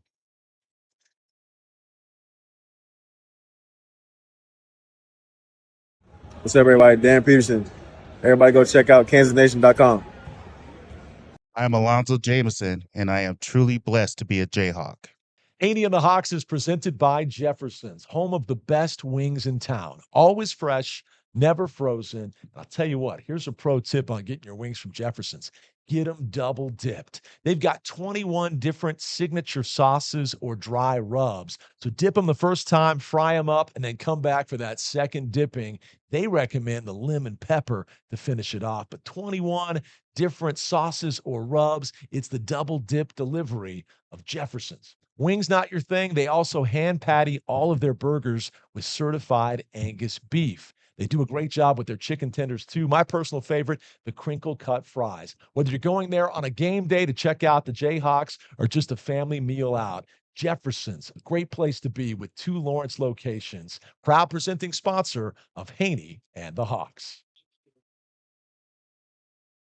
What's up, everybody, and welcome into another edition of Haney and the Hawks right here on Kansas Nation, now presented by our friends at Jefferson's. And we've had 8 awesome episodes to this point, spotlighting some of the greats of KU football history. And we'll dip into the KU football realm more, I'm sure, over the next month. But it's time to turn the page a little bit and talk about the basketball Jayhawks. And to do so, today we have my good friend, Alonzo Jameson from the 1991 Final Four team. So great to see you, buddy. Always good to see you, my friend. We used to do some radio together back in the day. He was one of the original Rock Chalk Sports Talk hosts back in maybe 2003. Wow. And so we go way back, don't we? Yeah. Yeah. Don't remind me of those days. That was a long time ago. A lot of good memories from a long time A ago. lot of great memories, actually. No So doubt. And I think there's a younger portion of our audience that'll learn about your career today and the great 26-point outburst you had in the Elite Eight versus Arkansas. They'll learn about the backboard being shattered at late night with Roy Williams. But there's other guys like me that are in their 40s or above that remember it vividly because they lived it. And they didn't know what it was going to look like when Larry Brown was leaving and Roy Williams was coming in. But thankfully, we had guys like you that helped keep that arrow pointed upward and a seamless transition with KU basketball. I think Coach Williams actually had a very good rapport about himself when he came in, and he was a no-nonsense type of guy. And it's either black or white. You do what he say or you don't, and he'll show you the door. So it was pretty like I said, it was pretty black and white. You do what he say or you find another place to play. You So did what he said, and you turned in a fantastic career that we'll chronicle a great deal of. But let's start with just kind of your upbringing and how you got to Kansas. Santa Ana, California, high school standout who got to stay at home for Santa Ana College for your first year of JC, and 26 points per game. He was amazing. You're actually in the Santa Ana College Hall of Fame based on that 1 year. But take us back to those days, the prospect that you were coming out of high school and how you really put yourself on the map that first JUCO year. I really wasn't a standout in. I was a standout in my community, but I was not a big standout in the basketball community. And it was one of those things where just continue to play, and hopefully you get in front of somebody that actually knows basketball, that can actually see the rawness that I actually had, and was thinking, well, maybe he can actually be better at a bigger college and a Division I and things of that nature. My freshman coach actually was a big recruiter, just an independent recruiter, and I thank him because he's the reason why I actually ended up at KU. Folks might not realize it was Larry Brown's staff and specifically Alvin Gentry that came calling first, and you were committed to Coach Brown, not Coach Williams. Take us back to those first impressions of Kansas when you had a guy like Larry Brown and Alvin Gentry on the other line of the phone. They had just won the national championship in '88, and funny story was I actually bet my best friend at the time, Chris Martin, that KU was actually going to lose and OU was actually going to win. Bet him $25. So it was the best $25 I ever spent. So, so you were a Wayman Tisdale fan or something? I was. Yeah. Big Wayman fan. People had kept saying, "Well, you kind of look like him in regard." So it is what it is. But KU came a knocking about 3 weeks after they won it all. Wow. And about 5 weeks later, I was on campus, and Danny and Milt Newton were my people that actually took me around, my hosts. And it was pretty awesome. Everywhere we went, people recognized them, and it's like, oh wow, uh, okay. When I flew into to KCI, uh, I didn't know that it was about a 35-minute drive to from the airport to Lawrence. And in California, everything is pretty much, 10, 15 minutes, Sure. give or take, depending on what the traffic's like. And that kind of freaked me out because I took a little nap between there and Lawrence, and seeing all the the desolate land, let's say, kind of freaked me out a little bit. Till we got into Lawrence, I'm like, okay, I'm going to be around people and not cows and sheep Hey, and at everything. least you didn't So have to drive all the way to Manhattan. that Well, would have been, yeah, they would have to at least prepared me for that. yeah. And uh, But that was your Coach Turge actually perception? was the one that actually brought me in too. So he went and picked me up at the, Wow. being a graduate assistant, he got the menial job. So at the Mark time. Turgeon. How cool is that? But that was your perception as a California kid of Kansas? You thought this was going to be mostly rural farmland type stuff? You get to Lawrence, I'm guessing it was a pleasant surprise. It was a great surprise. I mean, Lawrence is a great city. I love it because it's big enough where you can get lost, but it's small enough where if you don't want to be found, you can't be found. Let's put it that way. Sure. So it's that to me, it's that mid range where you can get around when you want to, except for on football games. But that's a whole different situation. That's a good thing to have these days. So, uh, but it Lawrence is one of those towns where, uh, like I said, you can get lost when you want to, and you can be found if you want to. Sure. Can be seen. So you have Danny Manning as your host, and Milton Newton, as you mentioned, outstanding 3-point shooter, had the flat top haircut. I'll Yep. never forget that. But From DC. But D. Manning was a 2,900 career point scorer, the all-time record holder at Kansas. A couple of months after touring with Alonzo Jameson, he was about to be drafted number 1 overall by the Right, LA right. Clippers. And as you said, they just won a national championship. So that's a heck of a first impression. Did they have to sell you very hard at that point? And how did you wind up committing?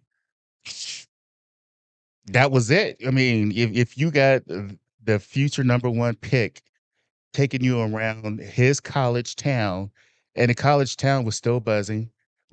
Kansas City was still buzzing. They still had the banners up. Congratulations, KU, and all of this. And then between there and here, you still see the balloons and everything else. It's like, wow, this is a lot bigger than what I expected. Yeah. So it didn't take long for me to say yes.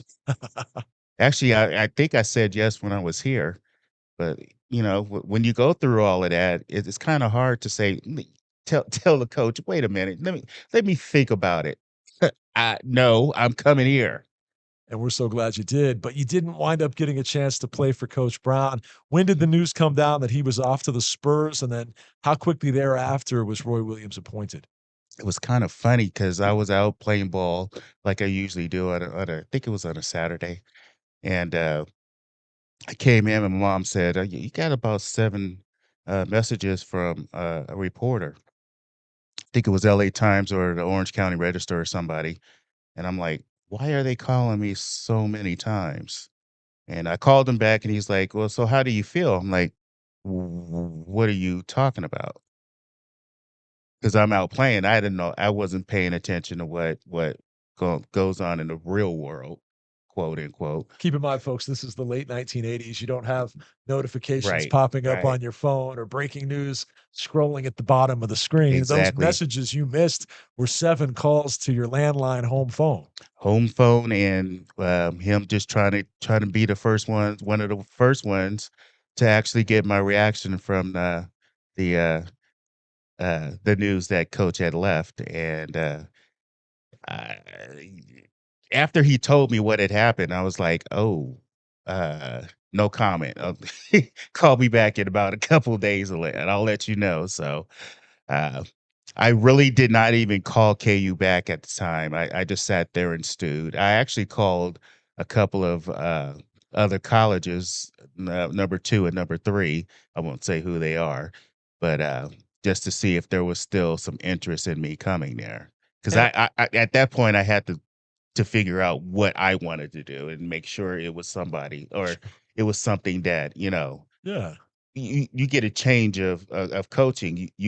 They actually let you out of your letter, so Right. you can figure out what you want to do from there. And that was one of the things I actually called my high school coach, and he's like, "Well, let's call these other coaches and make sure you still have a place to go if KU does not, somebody comes in and didn't want you." So Roy Williams comes in, and he did want you. Pick up the story from there.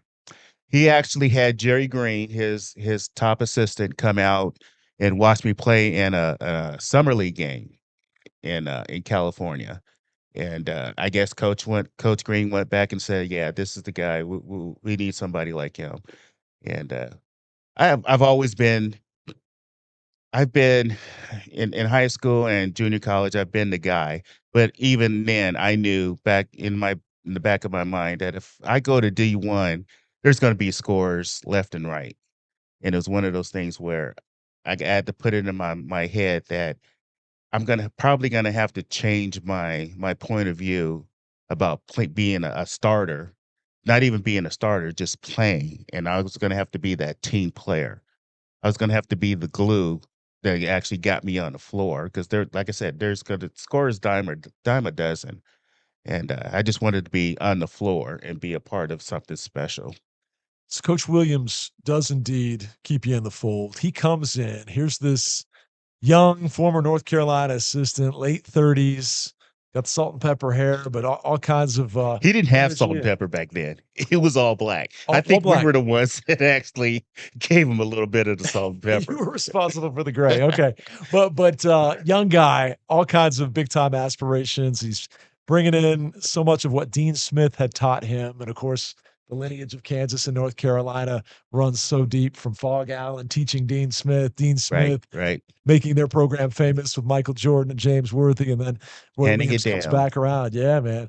But what was your first impression of this young guy from North Carolina with his Southern drawl? And when did he win you over that, hey, we're going to win some games with Roy Williams? I tell you what, it was the first time we actually met with Coach. He actually came on campus and had a meeting with us in the field house. I still remember it was on the north side of the bleachers. And he came in and they had just won it all the year before. So you got a lot of big heads. Sure. I hate to say it. They were big heads. And even my head was big because I had just won the most outstanding player for junior college in California. And he was not a head coach anywhere. He was under Coach Smith, but he wasn't a head coach anywhere, so hadn't had that experience.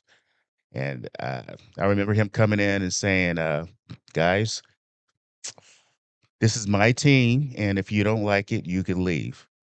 I am not going to be messing around with you. It's either this way, not this way. So if you'd like it, you can stay. If you don't, that's fine too. You can leave."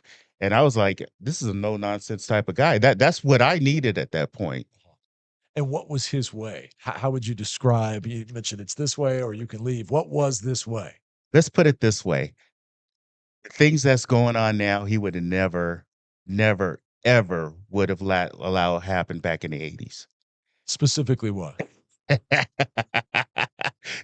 You're a typical reporter. You always got to do something like that, don't you? I'm your buddy. Just fill in the blanks. I mean, a little bit.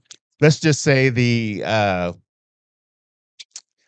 how can I say this? The aspect of actually, you know what? Can I get something to drink, please? You're liking this new studio here at Kansas Nation, right? I think our bartender just Is he gone? Took a break, but Okay. we'll get you refilled for All segment two. right. So you're not gonna let me out of this, are you? Okay. So some of the things that you see in the news, guys telling coaches off. Oh, sure. Guys doing or coming in late, and just because you're a 25-point scorer, you think you could just do what you want to do. Got it. Everybody's the same under those under his rules. Let's just put it that way. There is no I'm above you, or with the NIL being the way it is right now, where contracts are obviously individually done, and number one is making whatever, and the 12th guy is making anything, if anything. Um, he treated everybody the same. And that's what you need Totally. at that point. At least that's what I needed, where everybody was going to be the same, where nobody's going to be head and shoulders above anybody else. Yeah. Uh, I think this one and done is pretty much. I love the way the kids are getting their money, which is what it should be. We are not indentured servants. We are people who are workers, and I'm glad they're getting contracts and they're getting paid finally. That being said, NCAA did a lot more than what I expected them to do, and it's kind of hard to try to put the genie back in the bottle when the bottle's broken. So Sure. and it's going to be one of those things where it's going to be really hard from here on out for the NCAA. And that's all I'm going to say. Oh, I hear you, brother. I hear you.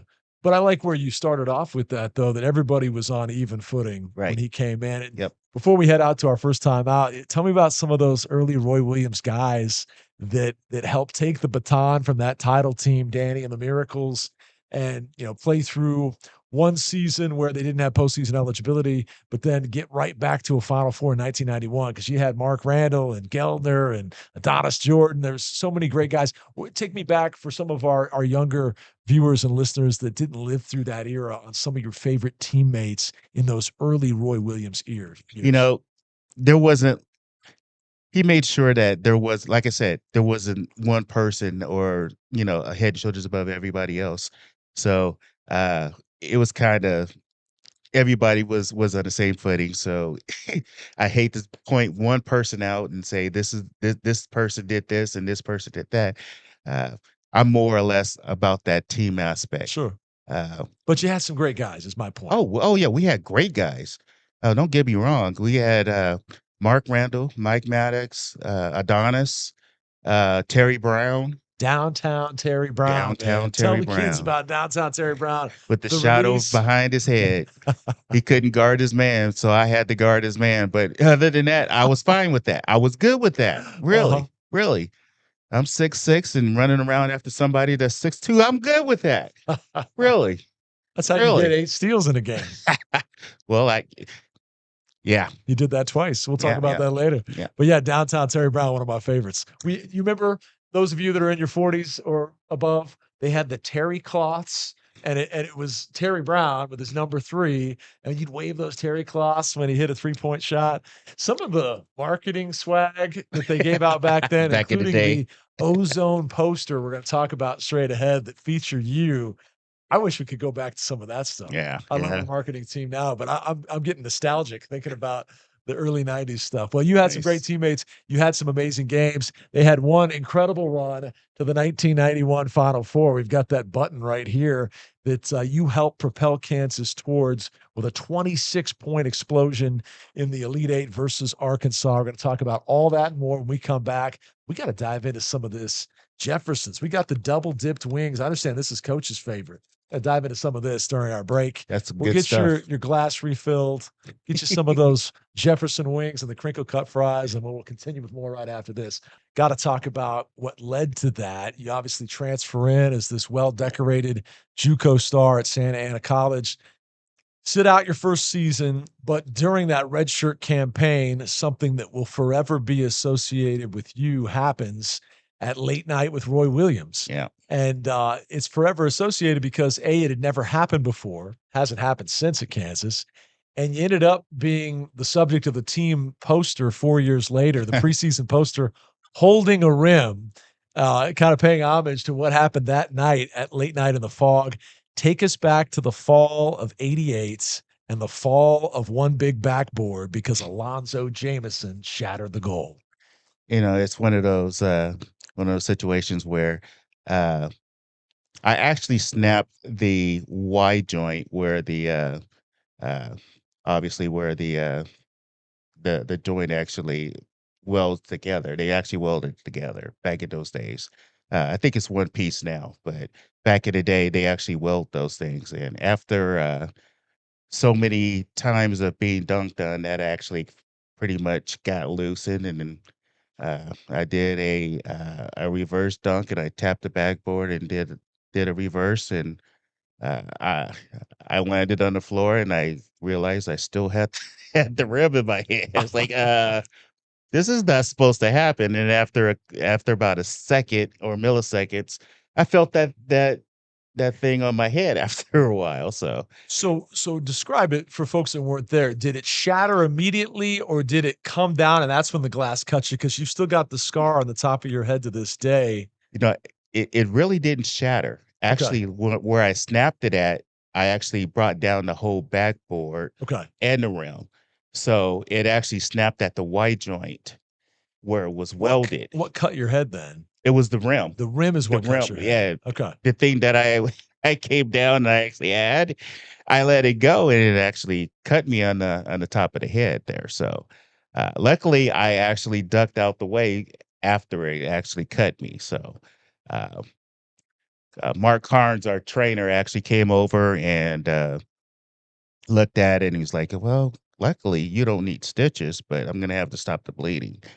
And it was about a good 5-inch gash on my head. Wow. So luckily, I'm thick-headed enough where it did not do too much damage. So So was this a situation where this is your first time playing in front of a crowd at Allen Fieldhouse? oh, people went crazy. You They were want to put going on a nuts. show, so you're going to bring the thunder with that reverse jam. Did you put a little extra into it?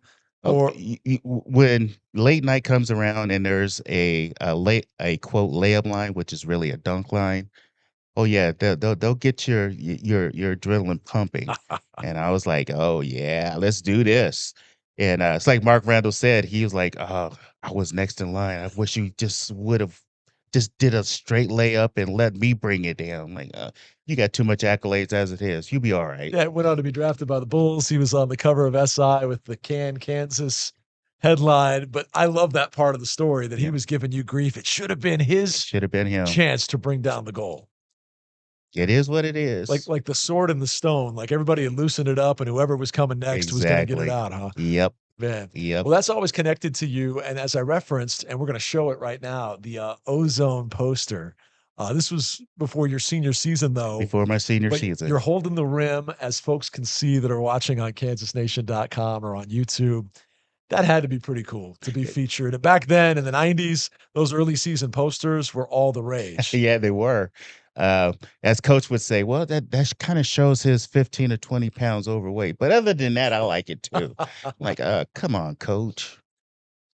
That's Coach Williams for you right there. So That was my favorite growing up in Topeka. That was on my wall. But I also had the Jeff Geltner, Ricky Callaway, Roy Williams, like dressed in the cowboy gear, like a Western Texas shootout or something. right. And of They course, also had another one, Frequent Flyer, which Yes. was they were actually in costumes of being pilots and things. So that back then it was fun. It not only just playing and people knowing who you are, and they did a great job marketing us. well, we're gonna have to get that ozone poster up here at Kansas Nation. Wouldn't that look cool in the studio? I think we could find a good spot for it. By the way, this is a very nice studio. I've been in plenty of studios, but this is it's very becoming. Let's say that. I appreciate that. We're gonna get that drink refilled and more wings on the way with those 21 rubs and sauces and dips that they have at Jefferson. So stay tuned for that. But taking you back to your playing career, Damn, you though, are just good a, at that. couple of highlights to get to for folks to relive. There were the 2 games in which you had 8 steals, which was a school record at the time. It took over 10 years. I think it was 13 years before Aaron Miles broke it versus Iowa State with 9 steals. But you did it. You know what? I like you, Aaron, but I don't like you for doing that. But other than that, you're good. Did you watch that with any kind of anticipation, holding that record versus Pepperdine and Marquette? You did it twice. Right. Did Back you- to back years, actually. Yeah. Did you, people always ask the question, do guys really care about the records? Are they protective of their marks? When he finally snapped that in 03, did you think twice about it? Or No. Of course I did. And anybody that has a record that would say no, they don't. No, they always do. We always do. Care about We always check the records. Man, you were a beast on the steals. I mean, 2 of the top 10 single season steals marks in the history of KU basketball to this day. What was it about you with this, 6'6", 6'7" frame? What was the playing weight back then? 250. 250. And yet, as you said, sometimes flying around taking Terry Brown's man, you could cover all 5 spots on the floor and clearly great instinctive skills to come up with all these pilfers. Before we actually came on, I told you that I had to figure out I needed a niche to actually get on the floor. Yeah. And that was my niche was defense and I have this, I don't want to call it a sixth sense, but I have a tuition as to where where the ball is going to go next. And I actually used that a lot. And luckily it gave me back-to-back uh, eight pilfers from season to season. Incredible. And obviously, you earned Coach Williams' trust through those great defensive efforts, but you could score it as well. And we found that out perhaps better than ever in the Elite Eight of 1991. I referenced we've got the 1991 Indianapolis Final Four commemorative button here. The Hawks punched their tickets for that Final Four thanks to an Elite Eight victory over a Nolan Richardson-led Arkansas team that was famous for the full court press and this hounding style that was called 40 Minutes of Hell. Right. And I'll never forget the announcer line that day when the Jayhawks took him down behind 26 points from Alonzo Jameson. That 40 Minutes of Hell turned into 20 minutes of oh heck. Oh heck. Take me back to that day, the scouting report on the Razorbacks coming in and how you guys were able to beat that pressuring style and tame the Hogs to go to the Final Four. They actually played UNLV earlier in the year, and I was ranks number 1 versus number 2, and number 2 was Arkansas that year. Great game. I mean, they had some of the best guys getting up and down the floor that ever played, and it's one of those things where coach just said, "You just do what I ask you to do. Play your game, and everything will work out in the end." And then at halftime, we were down by 12, and he reiterated, "Just do what I ask you to do." And we did, and we actually ended up winning by 12. And we came together as a team, and we just did exactly what Coach asked us to do, which was just do what I ask you to do. And like I said, we did, and ended up with a 12-point lead. How did you Win. handle that pressuring style? How did you prepare for it? What was the recipe on that day? I really think that they had thought that we were going to be playing Indiana. They were going to be playing Indiana, which was ranked third actually at the end of the year, and I just think that they actually overlooked us, and it was one of those. Steve Woodbury actually said, "Well, they can go back to Indiana and play them." What was your It was favorite a memory great from line. that day? Because it ended up being a career day for you. 26 points. Right. What's your fondest memory Fondest memory from that day? from that day? Yeah. Oh wow, the end where the guys all came together, and it was we just believed in each other, and it was just pandemonium, and seeing coach, being so happy too. It was his first Final Four. Yeah. It's just one of those memories that's never gonna end up leaving my head. So Do you remember what was waiting for you when you got back to Kansas? when we flew into Topeka and Exactly. Forbes Field, yeah, I don't know how many people were there, but I know that it took us 25 minutes, 30 minutes to get off the plane and get to the bus, where it only should have took us about 10 minutes. Yep. Took us 25 minutes. So And you live just outside of Topeka now in Tecumseh, but I was a Topeka native, 10 years old at the time. We win the game. We're listening to Bob and Max on the radio. My dad's like, son, grab your coat. get in the car, we're heading to Forbes Field. And we get out there, and you're right. I don't know how many thousands of people were there, but there were people standing and jumping on cars. Of Right. course, it's tradition when the Hawks make it to the Final Four, they have some sort of hero's welcome Yep. coming home. But that particular one, at least in the eyes of a 10-year-old at the time, was just unbelievable, overwhelming. There were a sea of people, a throng of fans because of the magnitude of this Kansas win. It's the Final Four, so you never really know Yep. until you actually play the game. Sure. You got to play the game first. Totally. Before it doesn't matter if you're 32-0. You got to play the game. Yep. Yep. And you never know. You never really know. You never know. Well, certainly that Final Four run in terms of team success was perhaps your proudest achievement. You had a lot of individual success as well, though. Reflecting on your days as a Jayhawk, in your own words, looking at it from a big picture perspective, what are you most proud of from your time at Kansas? It's not about the being the most valuable player in said 1991 Southeast Regional. It's not about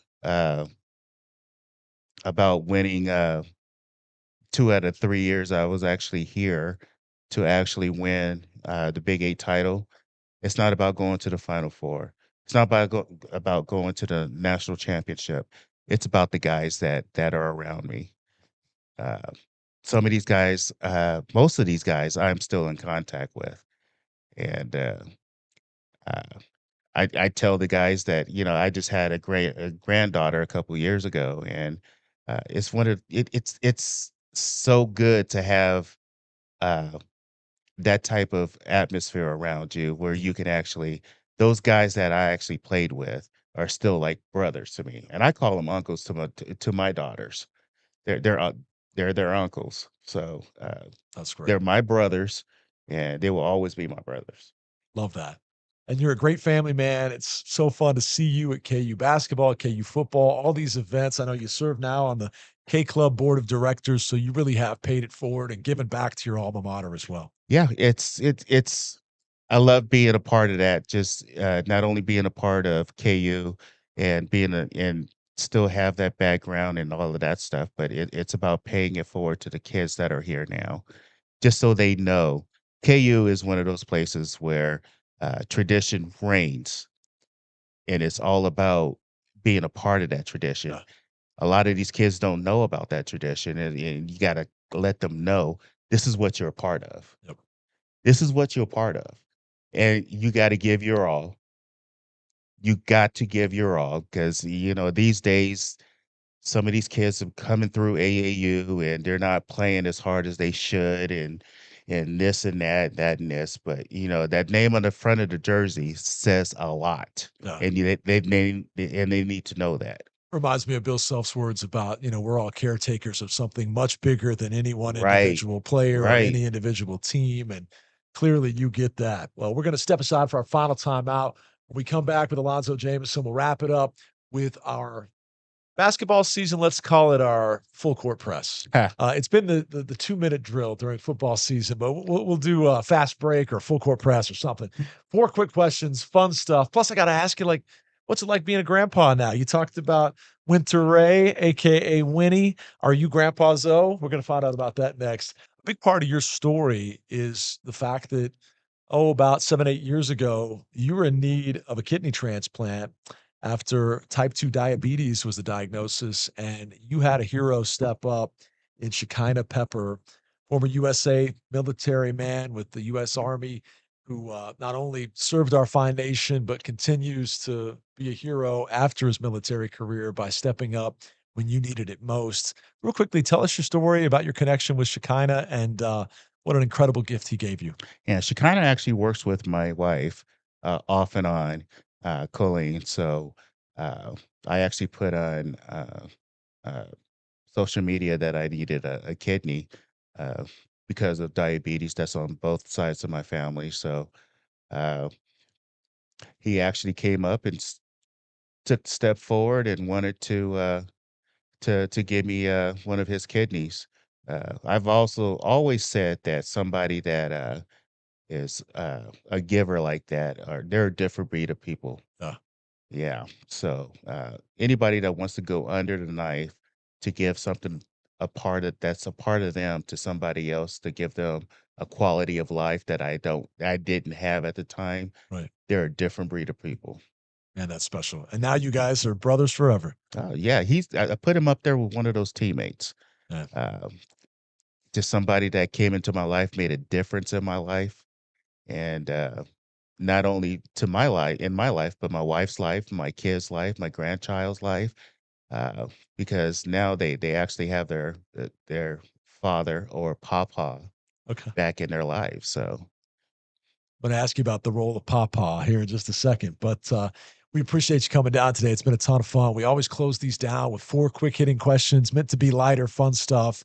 And we'll have a couple that relate to basketball. But up front, you've lived a fascinating life post Kansas. You know, I did radio together. You coached for a while at Bethel. You've had several coaching roles, actually. You've been all over. I see you all the time now with Colleen at KU games, supporting your alma mater. What's been your favorite chapter post KU of all the things you've done and hats you've worn? What's been the favorite thing in your life post playing career? being a grandfather, obviously, Okay. because you always can spoil that child, and send them back home. So I'm pretty sure that's what my grandmother actually did. Grandmothers spoiled me and send me back home and let mom and dad to figure out how to deal with it. Question number 2 on my list was actually about Winnie, whose full name is Winter Ray, and what your favorite part of Winnie's personality and being her papa is. I also was curious if they called you Grandpa Zoe. Apparently not. Yeah, Papa. It's Okay. Papa. But to answer your question, she has the attitude of me where I just don't care. But I will tell you exactly what I think. So uh, my children, all 3 of them, Michaela, Olivia, and Elise, all have that same attitude. So it's even more fun for me because coming from a guy, you expect that, but coming from the ladies, is quite unexpected, and I so love that about them. Now, Winnie's just a toddler, right? But do you see any traits that could make her a future Jayhawk someday? Well, she's already saying Jayhawk, so Okay. we're getting her there. Good deal. We're I like the getting her sound of there. that. I like the sound of that. Okay. Next question. You're famous for bringing the goal down at late night with Roy Williams back in the day, but you've been around KU basketball ever since. Season ticket holder, you and your lovely wife. If you could pick one guy post Alonzo Jameson that could bring the Thunder enough to take the goal down, if there's one guy equipped to bring down that backboard, who would it be? He's a part of the staff now. Really? Yep, our game was so much alike. I didn't jump out the gym like him, but KJ Adams. KJ. I was like, I don't think Jeremy Case or Jacques Vaughn would bring down the goal, but KJ Adams, of course. KJ. There've been so many guys. You got Big Gravy. Yes. Really like Big Gravy. He's a man. He is a man. You had Jackson from a couple of years ago. Darnell Jackson. Darnell. Josh Jackson probably wouldn't bring the goal down, but he could bring an electrifying dunk. Yeah, he could show it. But let's see who else. I think KJ is the choice, and you guys wore the same jersey number, so I'm seeing it all come together now. Yep, yeah. He's like I said, our game was pretty much the same. He's just more muscular, and he jumps out the gym. Like I said, I didn't jump out the gym, but I still brought down I don't know how that happened, but he is the man. Okay, great answer. And finally, if you could go back in time and play on any Roy Williams or Bill Self team 97. Post career. 97. It's 97 right away. 97. What would your role have been on that team? What it was in 91, 92, Okay. it would have been the stopper. I know Jared House was, but I was I'm a little bit bigger than him, but I would have been fine coming off the bench on that team, and they were really damn good. Many believe the they greatest, most talented team yes, in KU they history. should have gone a lot further than what they actually did. But it's that's what I said about the NCAA. You never know. You got to play the games. Yeah. What about a Bill Self team? Any particular club? I knew you were going to ask me that. Well, you guys are sitting like in row 5 every game. I figure you've seen enough ball. There's one team you wish you could have joined. It probably would have been the last 2 years Yeah. because I think they actually did not have that glue person. They didn't have that person that would just go out on the floor and forget about the offensive end and be that person that can play defense, can also on the offensive end not worry about scoring, but more giving assists, Sure. being that mouthpiece, getting everybody together. Because I don't think they actually had that one person that actually did that. Now, don't get me wrong, they had talented kids, but they just did not have that one person that could actually bring everybody together, get everybody on the same page. Really interesting stuff today. Fabulous memories. I hope for some of you that were learning about this for the first time, it was as interesting for you as it was for me to relive it. Thank you so much for all you continue to give back to KU. I referenced your work on the K Club board and everything you and Colleen do as contributors to Kansas athletics and local charities. The Round Ball Classic, Zoe's back every single year for Round Ball, coaching up a storm, bowling with the pediatric cancer patients, and also giving of his resources in addition to his time and talent. So thank you for being such a great ambassador. Thanks for being such a great friend, my man. Anytime. You So know good to how it see you, goes. buddy. Yep. When we thought about who do we open up the hoops interviews with, I thought, man, Zoe's got charisma, personality. He'll probably drink us dry on the what is that, Walker Black? What are you drinking? Jim Beam Jim Black. Beam Black. But that's okay because we'll soak it up with some great wings from Jefferson's. There And you we'll have a go. heck of a time, and that's exactly what we did. Big thanks to Brandon Graham and Jefferson's. Thanks to everybody at Kansas Nation. This has been Haney and the Hawks.